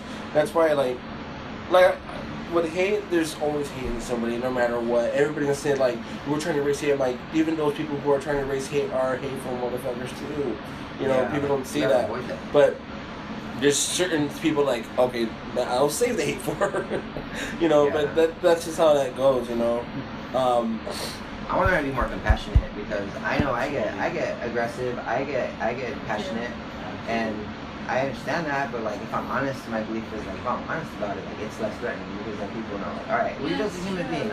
Okay, it's cool. Like you're passionate about something, I'm passionate about something. Like you said, no, it's gonna have to go to blows. Like that's stupid. Perfectly, like have you guys seen the video with I forget the gentleman's name, the black guy who meets with the KKK guys and all that stuff? Oh, the one I reposted, right? Yeah, I gotta watch that. Yeah, that one's like you have someone who's hated by a group of people because of his ideas, skin color, this and that, like race, and the only way to break that down is through compassion, being present, wanting to know what they want or what their goal is, and just trying to build off of that. That will break down every misunderstanding or ignorant part of their mind. Like that's the only way you can solve that issue is against compassion. Because on a certain, I mean, yeah, of course, because to a certain degree, if you approach the wrong person in any belief, they throw a punch or this or that again. But nonetheless, you have a group. Imagine that protest with the group of people, a larger group of people who are compassionate. Like this group of hate, or any side, this group of hate. Everything that they're standing for, it'd be breaking that. Yeah. I don't like you because your people are aggressive, because your people are inferior because of A, B, and C. If you show the truth to that, like that's the only like healing to all this madness right now. I was bringing it up to Chris when everybody was leaving, but I was saying like it's something like a therapeutic tool that like people use and stuff like that. It's like validating people's subjective experiences without necessarily like without prescribing a solution. Oh yeah, I got you. It's just like that. Like I'm seeing you. Like I'm seeing your pain. I'm seeing your concern. Yeah. I'm like here with you in that.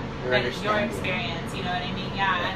And to me that is like compassion in action. And to me it's hard to do. Like I had to like sit with myself earlier and be like, okay, I'm not gonna get overly emotional talking to y'all. You know what I mean? Like, or do it, but it's all good. Either way, it's all good. I wanted to come in with like the heart of trying to learn something.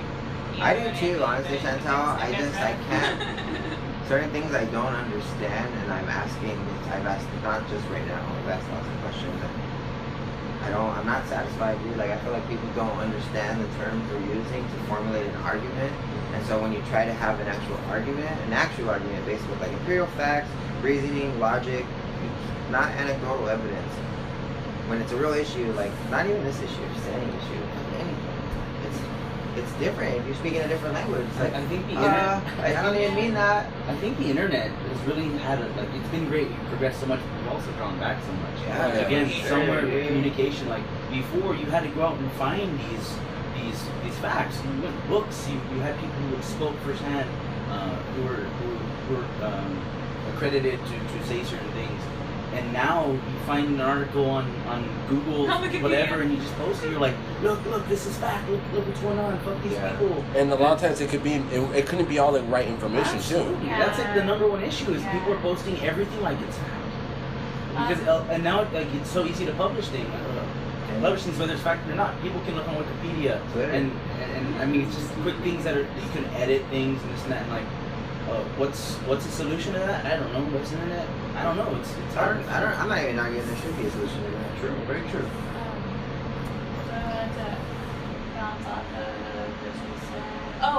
Anecdotal evidence. Yeah. Okay. So I've been thinking about that, and I wanted to come in with like ideas or things that I had read that had like secondary sources and like blah blah blah blah. Like how much do we value individual experience, subjective experience, anecdotal evidence?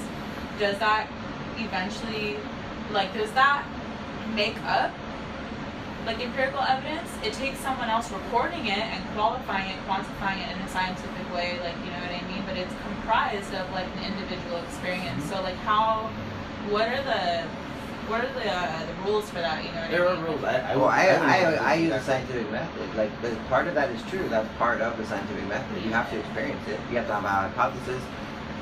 You do an experiment and you resolve. Like, yeah, that's part of it for sure. And then it has to be substantiated by other people, correct? But it's not just the mere fact that you had the experience. Yeah, That doesn't qualify in my mind. Doesn't have any room in like in a debate, in an argument. It wouldn't matter. Table. It wouldn't matter with the context of what you're debating. Like, should you leave your boyfriend because he's abusive to you, and someone's like, odds of you like that? No, like, you wouldn't have that argument. It's like, yeah, it's your experience. Like, you need to get the fuck out of the house. What's wrong with you, girl? Don't throw me statistics of how safe you are because you are armed. You know how to use a weapon. Like, yeah. But, I wouldn't dismiss that at all. But in general terms, like society terms, and like economy, education, things that affect us all, I think I don't know why you would use anything else.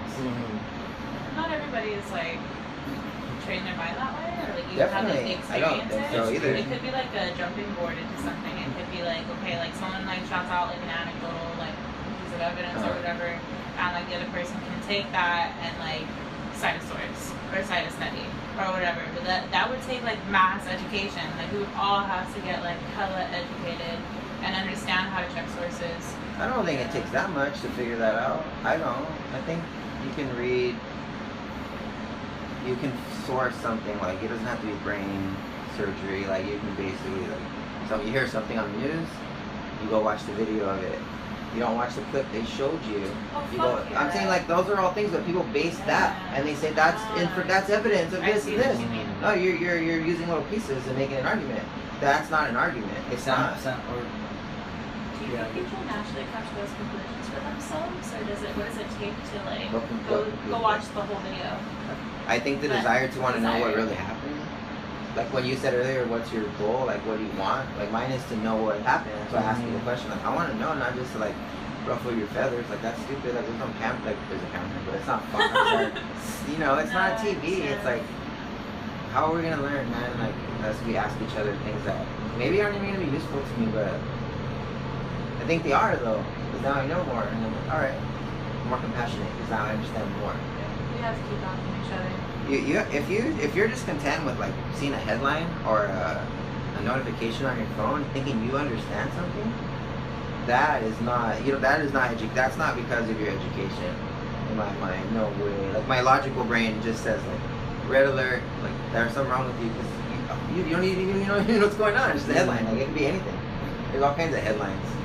I think that also goes back to how we're being almost conditioned or produced to be quick, and it goes to that speed thing. It's like jump to that conclusion, do this and that, versus stopping, observing, taking it in, breaking it down. It's like it goes back to how things are just, or how we're conditioned again. Is there a solution to that? So see, that's what I'm saying. Like prioritize. That's my argument. It's like, okay, there's things that affect all of those things that we all care about. But it's like, okay, your garden's failing. You're like, well, just plant new plants. Someone's like, no, like, why have? And you're like, why have all these sprouts? I did all this work. I spent all this time. I deserve to plant these sprouts, and then you're killing life. You make this whole argument. And the other person's like, yeah, but the soil's bad. So you can plant all that in there, and it's just gonna die again. And you're gonna have to do all that again, and they're just like, you don't understand. I don't care. I've done this before at other places. Like, yeah, that was different soil. Doesn't matter. You're just giving them it. It doesn't matter. So then they let you do it. They plant it. It doesn't grow. And you're like, and then they're just like, fuck you. You're evil. You hate. That's what's going on. People have been saying this is gonna happen with the left and right, because the media is doing this. Again, I'm not defending the sides. I'm saying the media is our common enemy. People, like, we need to fucking realize this. They want us to fight each other. And now I see it more than ever, dude. Think about gangs, neighborhoods, prison. What do? Put you in groups. Yeah. Like, you don't have to be in groups in jail. That's not a rule. Like, it is now, but like, they could just be like, fuck you guys. But it was always like factional in the sense that like people were trying to defend themselves, so you find a clique to defend you. Like you find like a. When you go in jail, they tell you you're gonna. This is where you're going. Who do you claim? My brother's been in prison, and several of them, and he's like, that's what happens. And if you have tattoos or anything that signs of anything, if you're Mexican, they're gonna stick you where the Mexicans are, unless you claim certain things like certain religious exemption things. But in general, again, I'm saying not every situation. How that started and why that yeah. I also know people who've been in jail and they weren't fucked with at all. They just went to the library, stayed out of trouble, but they still hung out with their race. They have no choice. That's what I'm saying. Why don't they have the choice? Because that's happening now. That's not why it started. What were you saying, bro? Sorry. I don't know. It's just that I think that's culturalized in the streets. I'm like, it just goes into there, and especially those people like that with that kind of mentality, they have a totally different mentality. They have a mentality of like, being violent, being you have to stick with your culture, and that's always been taught like that. And then it goes into the prison system, and the prison system gets a lot worse. Where were they? I agree. They were cultured, right? It starts in the street culture. Where does that culture come from? From the family culture, correct? Am I correct? I don't know. That tribalism, Walk, play it out. Like, if it's cultured outside, who's affecting that culture? Who are the people affecting that? Why is that? The economic stuff we agree on, the races, Where's that coming from? Just people, like just regular people making that shit up? History.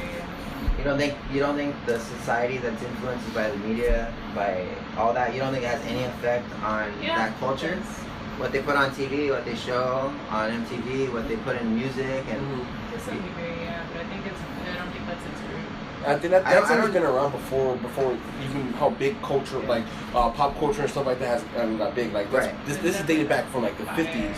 So so it's not new. That's my point. It's a system. Like that's what they're doing. They're culturing it outside. Who runs the prison system? St. Jude Hospital. But the same system that cultured that is running the prison system. So it's a private. It's like it's just this big revolving door. Like you promote gangsterism, promote all this thuggery. At the same time, condemn everything that all those songs talk about. Women, homosexuals. All of that is made fun of, and the same shit that's idolized by these. And then you go to jail because you try to do these things, and then you're inside their system that they created. You think they're gonna be like, no, let's all get together now and rehabilitate you? No way. It's private. Is it all? Don't we all agree like prisons are making money off of that? So what's their motive? Like that's what I'm saying. Like I agree with you, bro. It's fucking cultured outside. You're right, but I think those same people are doing it with the intent of like throwing people in there, exactly, and that's part of the whole deal, like keeping us down. And you get busted for some dope, and some dumb shit and you go to jail for all these years, and like someone like Hillary Clinton or Trump for that matter, anybody else, they can do things that none of us could ever do. You see, like I remember, like during when Bill Clinton was presidency, he had what he signed into law, something about a drug war, or I forgot what act it was. I think for drug offenders. It was the criminal, yeah. The 3 strikes one? Yeah, the 3 strike one, exactly. Yeah, stuff like that. And so shit after that, of course, you implement that kind of law, and you really have idiots out there that commit the same kind of law, same kind of, crimes, and then they do it again and again, and then now it puts them in, in the system, and it makes it a whole lot worse. And a lot of the times too, you get some of those guys that have kids that throw them to jail. They have, and now the kids grow up with no father figure. Exactly. There's no father figure, and then too you have the other asswives that are a little older, and then who did they look up to? And then, so it's another vicious cycle. I agree. That's what I'm saying. Like those are big issues. Like, I don't think any of us probably disagree, but those are big issues. I agree. Like you were making a good point. You were saying I forgot, but it's like we want the same thing. It's just we want to achieve it differently. I think that's what the disagreements come from. Like. This is fucked up, that's fucked up, yeah, that's fucked up too, but I think this is more important to fix. We're not tackling the real issue. Yeah. It's like there's little issues They're dividing still real, us. and they still play into those things and are effective. But it's because of that. Getting rid of the root. Finding that root, the whole... That was my garden analogy. That will continue to happen if you don't talk about what's actually happening. Like, yeah, you could solve that maybe like temporary, but in the system that we have, it's just going to continue until you fix what's actually causing that. It's interesting. That's one of the things I wrote down as being similar on the left and the right. It's anti-corporation, anti-globalist. Oh yeah, exactly. See, that's something we should unite them out and be like, okay, at least on that ground, not everything you agree on. It's like that would be a miracle. But that is my argument. That's what Chris said. There are all these, not little as demeaning and the bigger and the scope of things. They're little issues that are comprised up of a bigger fucking problem. They're just manifestations. They're the rash on the skin. They're not why you're getting the rash. So as long as we have that issue, these are gonna fester, dude, because the media is like, that rash, the media is just like not taking care of it. They're just like, go ahead, put some heat on it actually, spin on it. Lime juice. And they're letting it grow. And then they're rubbing it on the other arm. And then they're giving it to everyone. It's like, you guys gotta chill, dude. Like they're the ones inciting violence, in my opinion, by going on TV and claiming shit like they do about things that are not true, that they have to come out and then say that wasn't true, but nobody pays attention because the news cycle carried on. There's retraction after retraction. And I was telling Chris this other day, we were having a good conversation about this. Like, do you ever notice like the media, basically now it is because everyone could, like you said, publish instantaneously. Every reporters are doing that. And so they write a story today about something that happened at 3 p.m. But by the next day, there's additional information, there's stuff that was wrong in that one, so they publish another one. Well, everyone isn't like following like Chantal's column, like not everyone, there are people who do that, but they so you pick up one and read it. And then that story goes out on Facebook, on everything, and then you're just like, oh, that's not true, and then you saying, well, this happened, or like, oh, you're a conspiracy theorist, or you're sympathizing with that side. It's like, what the fuck am I watching? Like, this is crazy. Like, they're straight up making lies up and making us hate each other over it. So, no offense to anybody. That reminds me of the Ron Burgundy with the high-speed pursuit. And they're like, oh, we believe it's a big, like a 6-foot-tall man. He has green hair, and like just making all this stuff up and just rolling with it. Exactly. Yeah. I agree. The rhetoric right now, the common discourse rhetoric is fucked up. Like if it was a group of like us, your homies, your community, like your little community, like it wouldn't, in my opinion, it wouldn't be that like dramatic. You know what I mean? But because it's like a large scale rhetoric, like there's no humanity. You don't see, you don't hear, you don't feel it. Like I was mentioning it earlier. Like there have been things that you post that made me think that your ideas are more rigid than they actually are. It took having a conversation with you to understand like the nuance of your belief system. You know what I mean? And like if we can't talk to each other, if I don't feel comfortable approaching my homegirl about her fucked up beliefs, like how are we gonna do it with strangers? Yeah, exactly. That's a good point. Yeah, I think it just has to be the compassion and all that has to spread as fast as all the other stuff. And some bravery too. It needs to take some like balls to be like, hey, I know this is probably gonna start. Like imagine Sorry. I was just say like imagine like today like I say all right these people here like tomorrow meet somebody new, just talk to them and then challenge them to meet somebody new the next day and just like building what it means to meet somebody or build with somebody. Just like that doesn't exist anymore. That's the degree it used to be. Where neighbors were neighbors and you didn't build walls to shut everybody out. It's crazy how we're constructed to just shut everyone out. It's us and me and my ego and my belief system and this and that. I think that has a lot to do with living in like an urban area or a suburban area. There's too many people, there's a lot of crime, you have to be more defensive, there's more cultures, so you're not fucking familiar with half these people, you don't know if they're gonna accept you the same way you accept them, and like you put yourself in that box and on the bus and stuff like that. I don't look at anybody. No fucking way. There's no way. There, you know what's up. I don't know. I kind of look at everybody. I'm like, but I look at everybody. I've been times like where I used to take public transportation. I would like looking at everybody to be cautious. I'm like, who's who? Who's in the bus?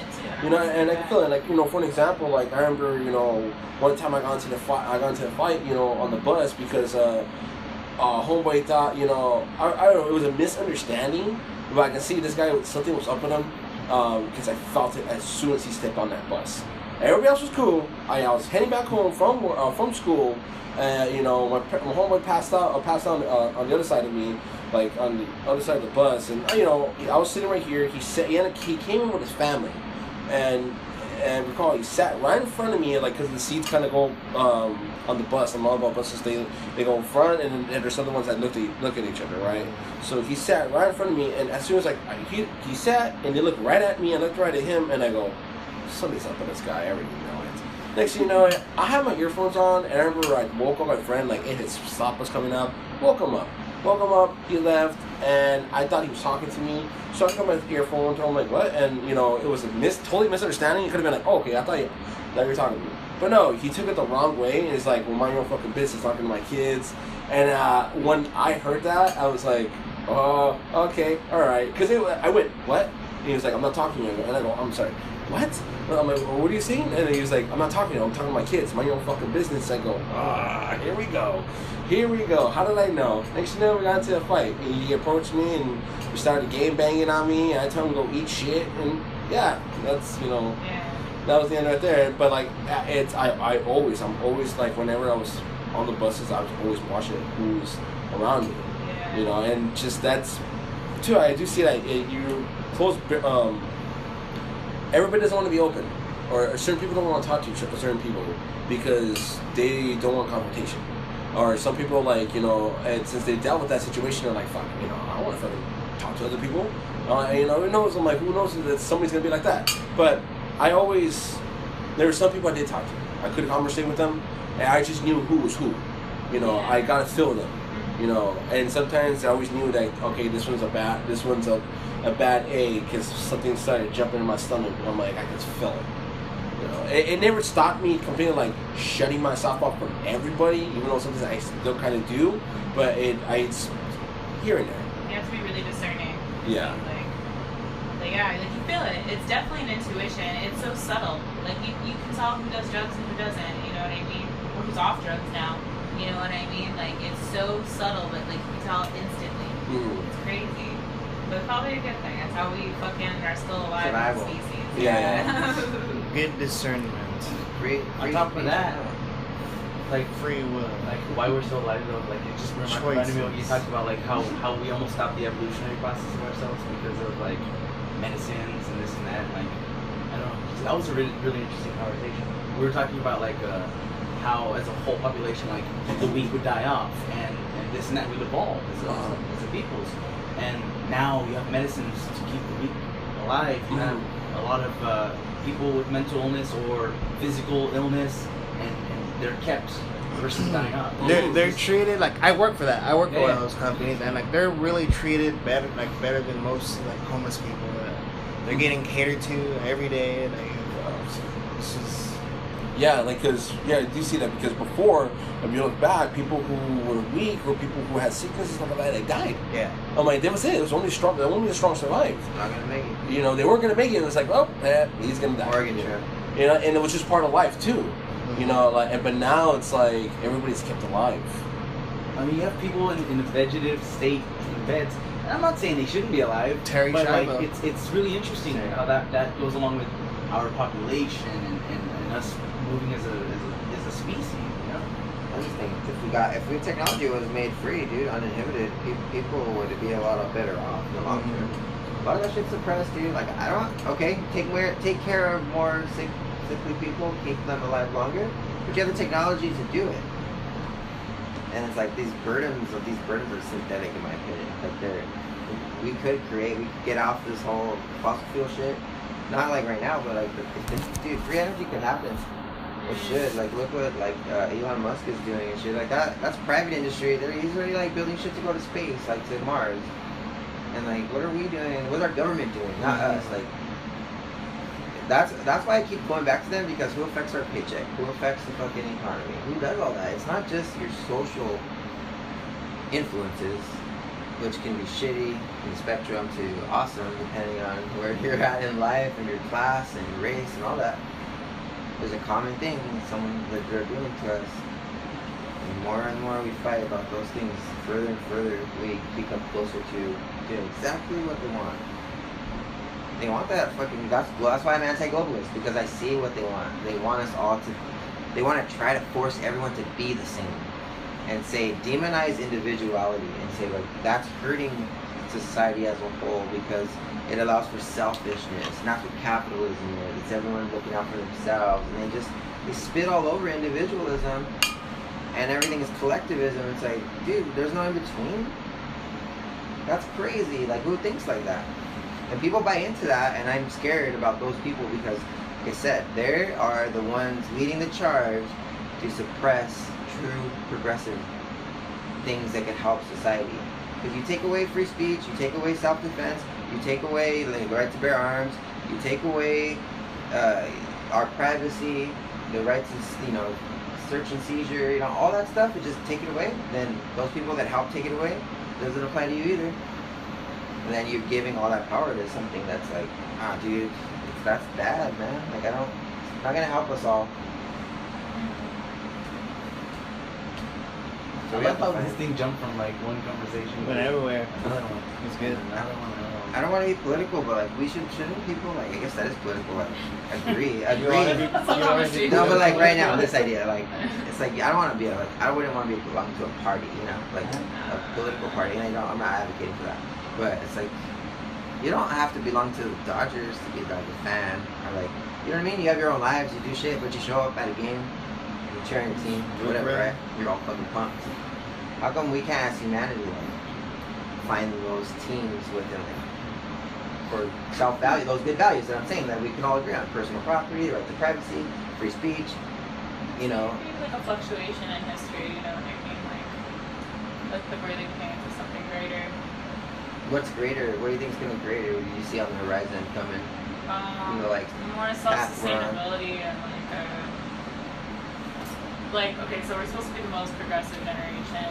If that is utilized efficiently, it could enable people to not have to rely so heavily on corporations and government, and that could create like decentralized government. Is there anybody out there promoting that? Yeah, I think so. I mean, I heard about it before. Like, we were friends with somebody in the world. What would that look like? Like those values executed in like the way we're living, like in the government. Like, how would that look? Through the government now? Yeah, like how would that happen? Like, because that sounds great. Like, how would that happen? I don't know. I always that's always my platform is like education is but only because like we need the tools. We need to learn how to like be our own tools and stuff like that. You don't get that unless you have, in a lot of ways, a mentor. You know what I mean? And access to material. Yeah. So whoever funds that, and that's on a spectrum as well. But I need to learn more about like every solution I see from certain like the left side of the spectrum, it always includes give power to the government more. Like anything you want to do, if you want to silence free speech, how are you gonna do that? Oh, making laws and stuff. Yeah, like how are you doing that? You're making a law that says that's the solution, no? Like how do you stop it? But you're not gonna get everyone to just like behave.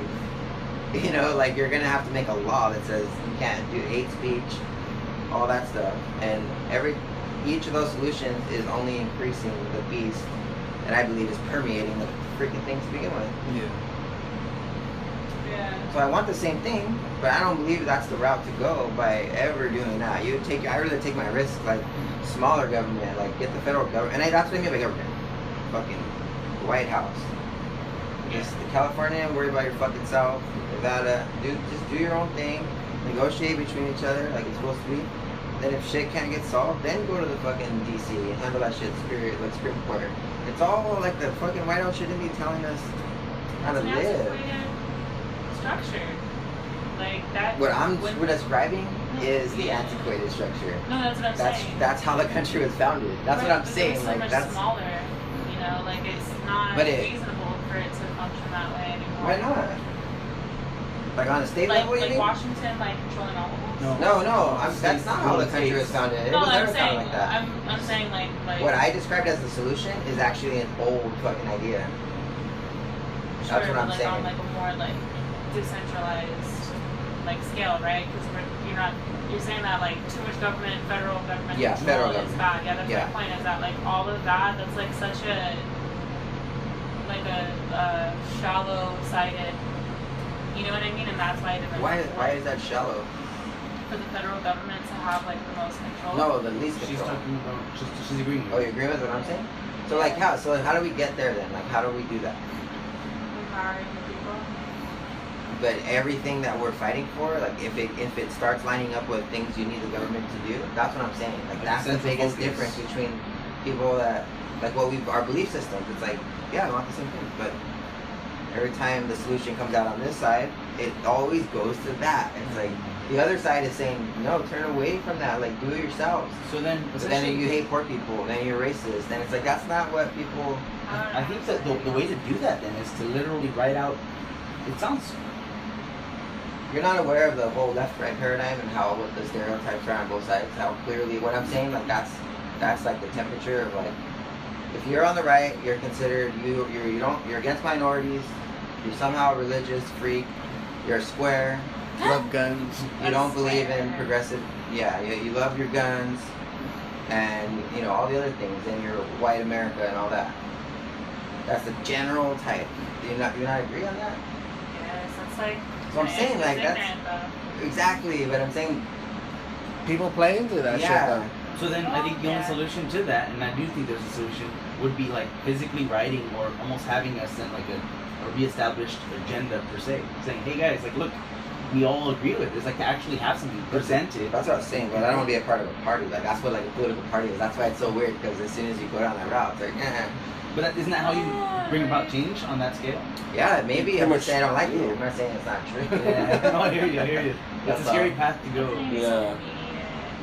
I feel like doing this type of stuff and like creating a culture of like DIY is just as effective. I agree you know with what that. I mean? Yeah, I agree with that. I don't think. Fuck poverty. Yeah, I don't think we should have some giant. I think on the individual level, it's the The best. only thing that sucks though is you have those groups, you create those communities, and how easy is it for on a larger scale that kind of group to become Tainted. discredited, Yeah. tainted? Like again, I mean the Manson Look, fact. man, so you, They slipped up once, twice, and they get doomed for the rest of their that's lives. it. All A right. bunch of people and all of a sudden you're a murderer. like All right. He's a good musician. But I mean, we don't have to get like utopian about it. Like there will always be fucked up shit. We're just dumbass sentient beings. Yeah. But like the whole idea of like, I mean, you have a protest, or you have these people free speaking, and one person sneaks in there and throws a brick, and Yeah. now that whole group is fucked. Exactly. Yeah. Yeah. Like that. I Fucks mean, it up for how, everybody. if hypothetically you go down that route, that political route, how do you keep that kind of thing from happening? Well, the political, dude, these people have to bend to the whim of the fucking public crying to foul. Like, the government doesn't need to go, like everyone's, they cater to it. they cater to it. They cater to everyone's feelings, and it's like, okay, those are real, they matter, but you can't legislate off of your feelings. You have to meet in the middle with information, like logistics and shit. Like, you can't. I know that's conservative, I get that, but dude, how the fuck do you have a car? How the fuck do you do anything? What's engineering? Like, it matters. They both matter.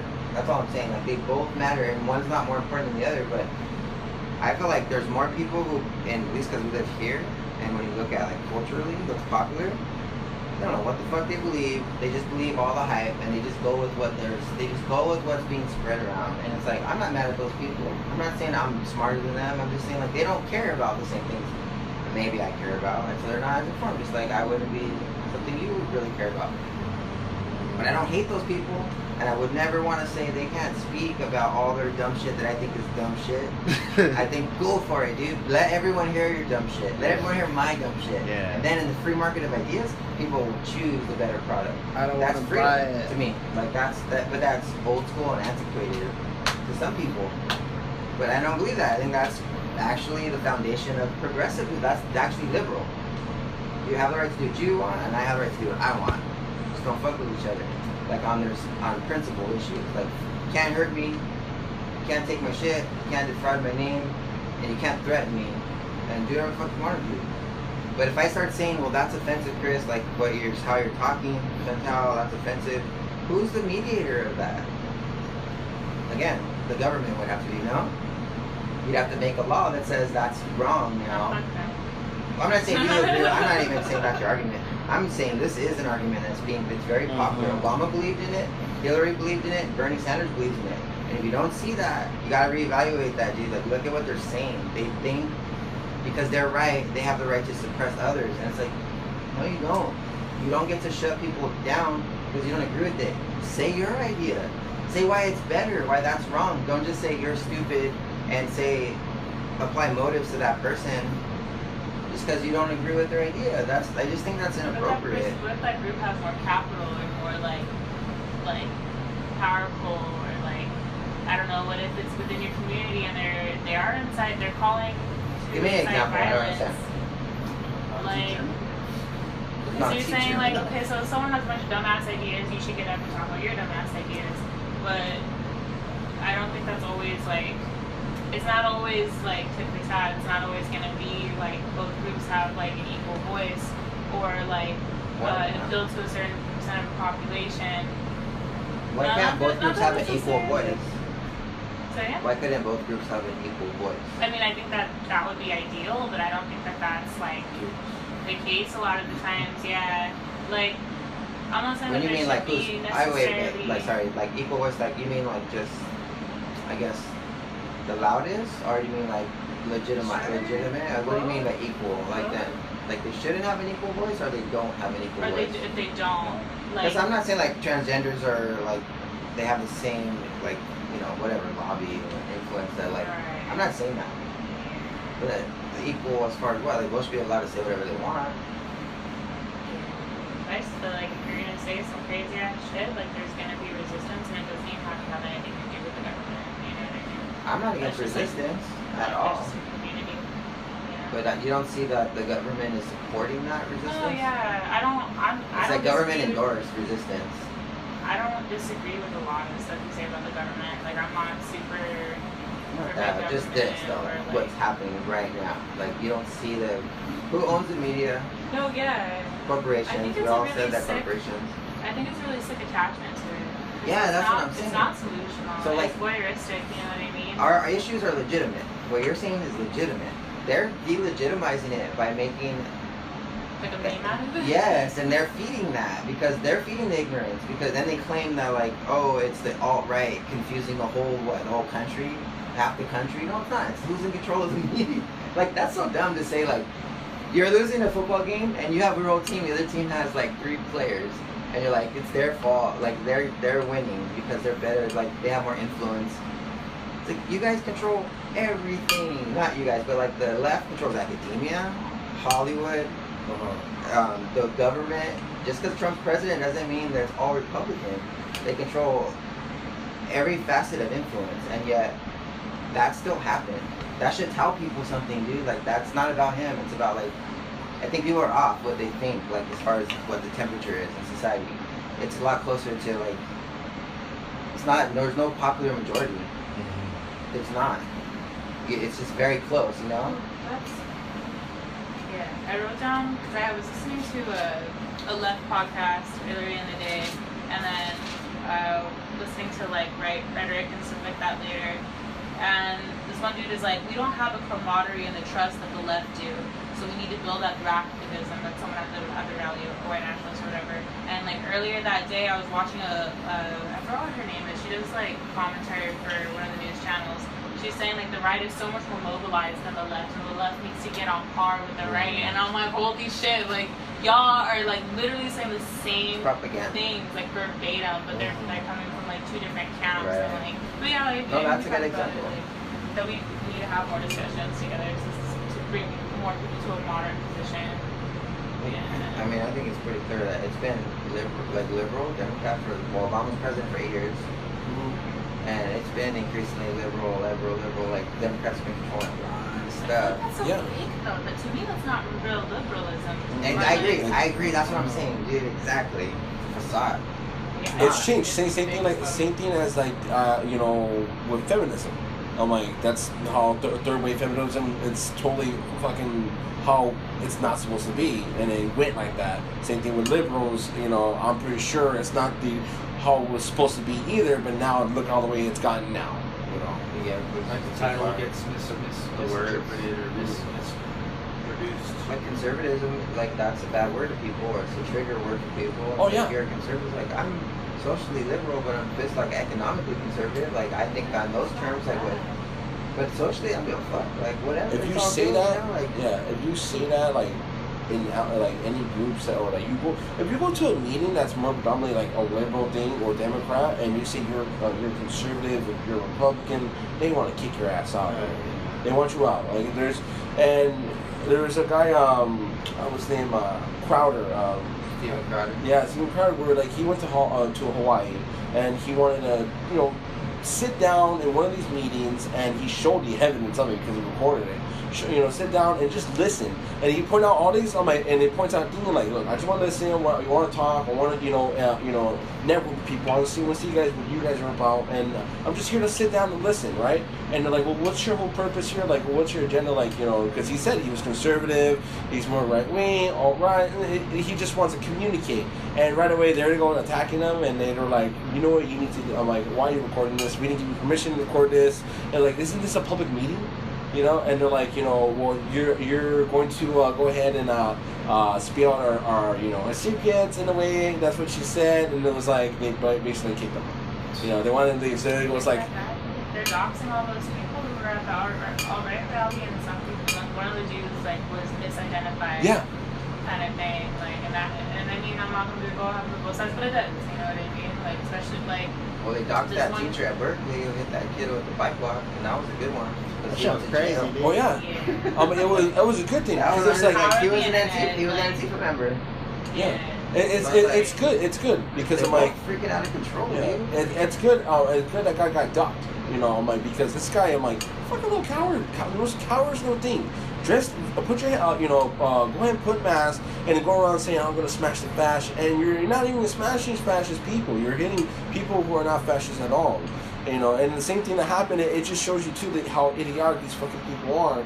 Because here's this guy that was mistaken for somebody because of the shirt, and he kind of looks similar, but like, because of the shirt too. Oh, he was in the same school. Oh, he's teaching there, and this guy got screwed. And then they showed that it wasn't him, but these people are still going at it and still trying to attack him. Again, people are not collecting all the facts. They're just jumping on whim. Well, I love you guys, and I think we should wrap it up. But, yeah, it's been good. So no matter what, I love you individually. It's been fun.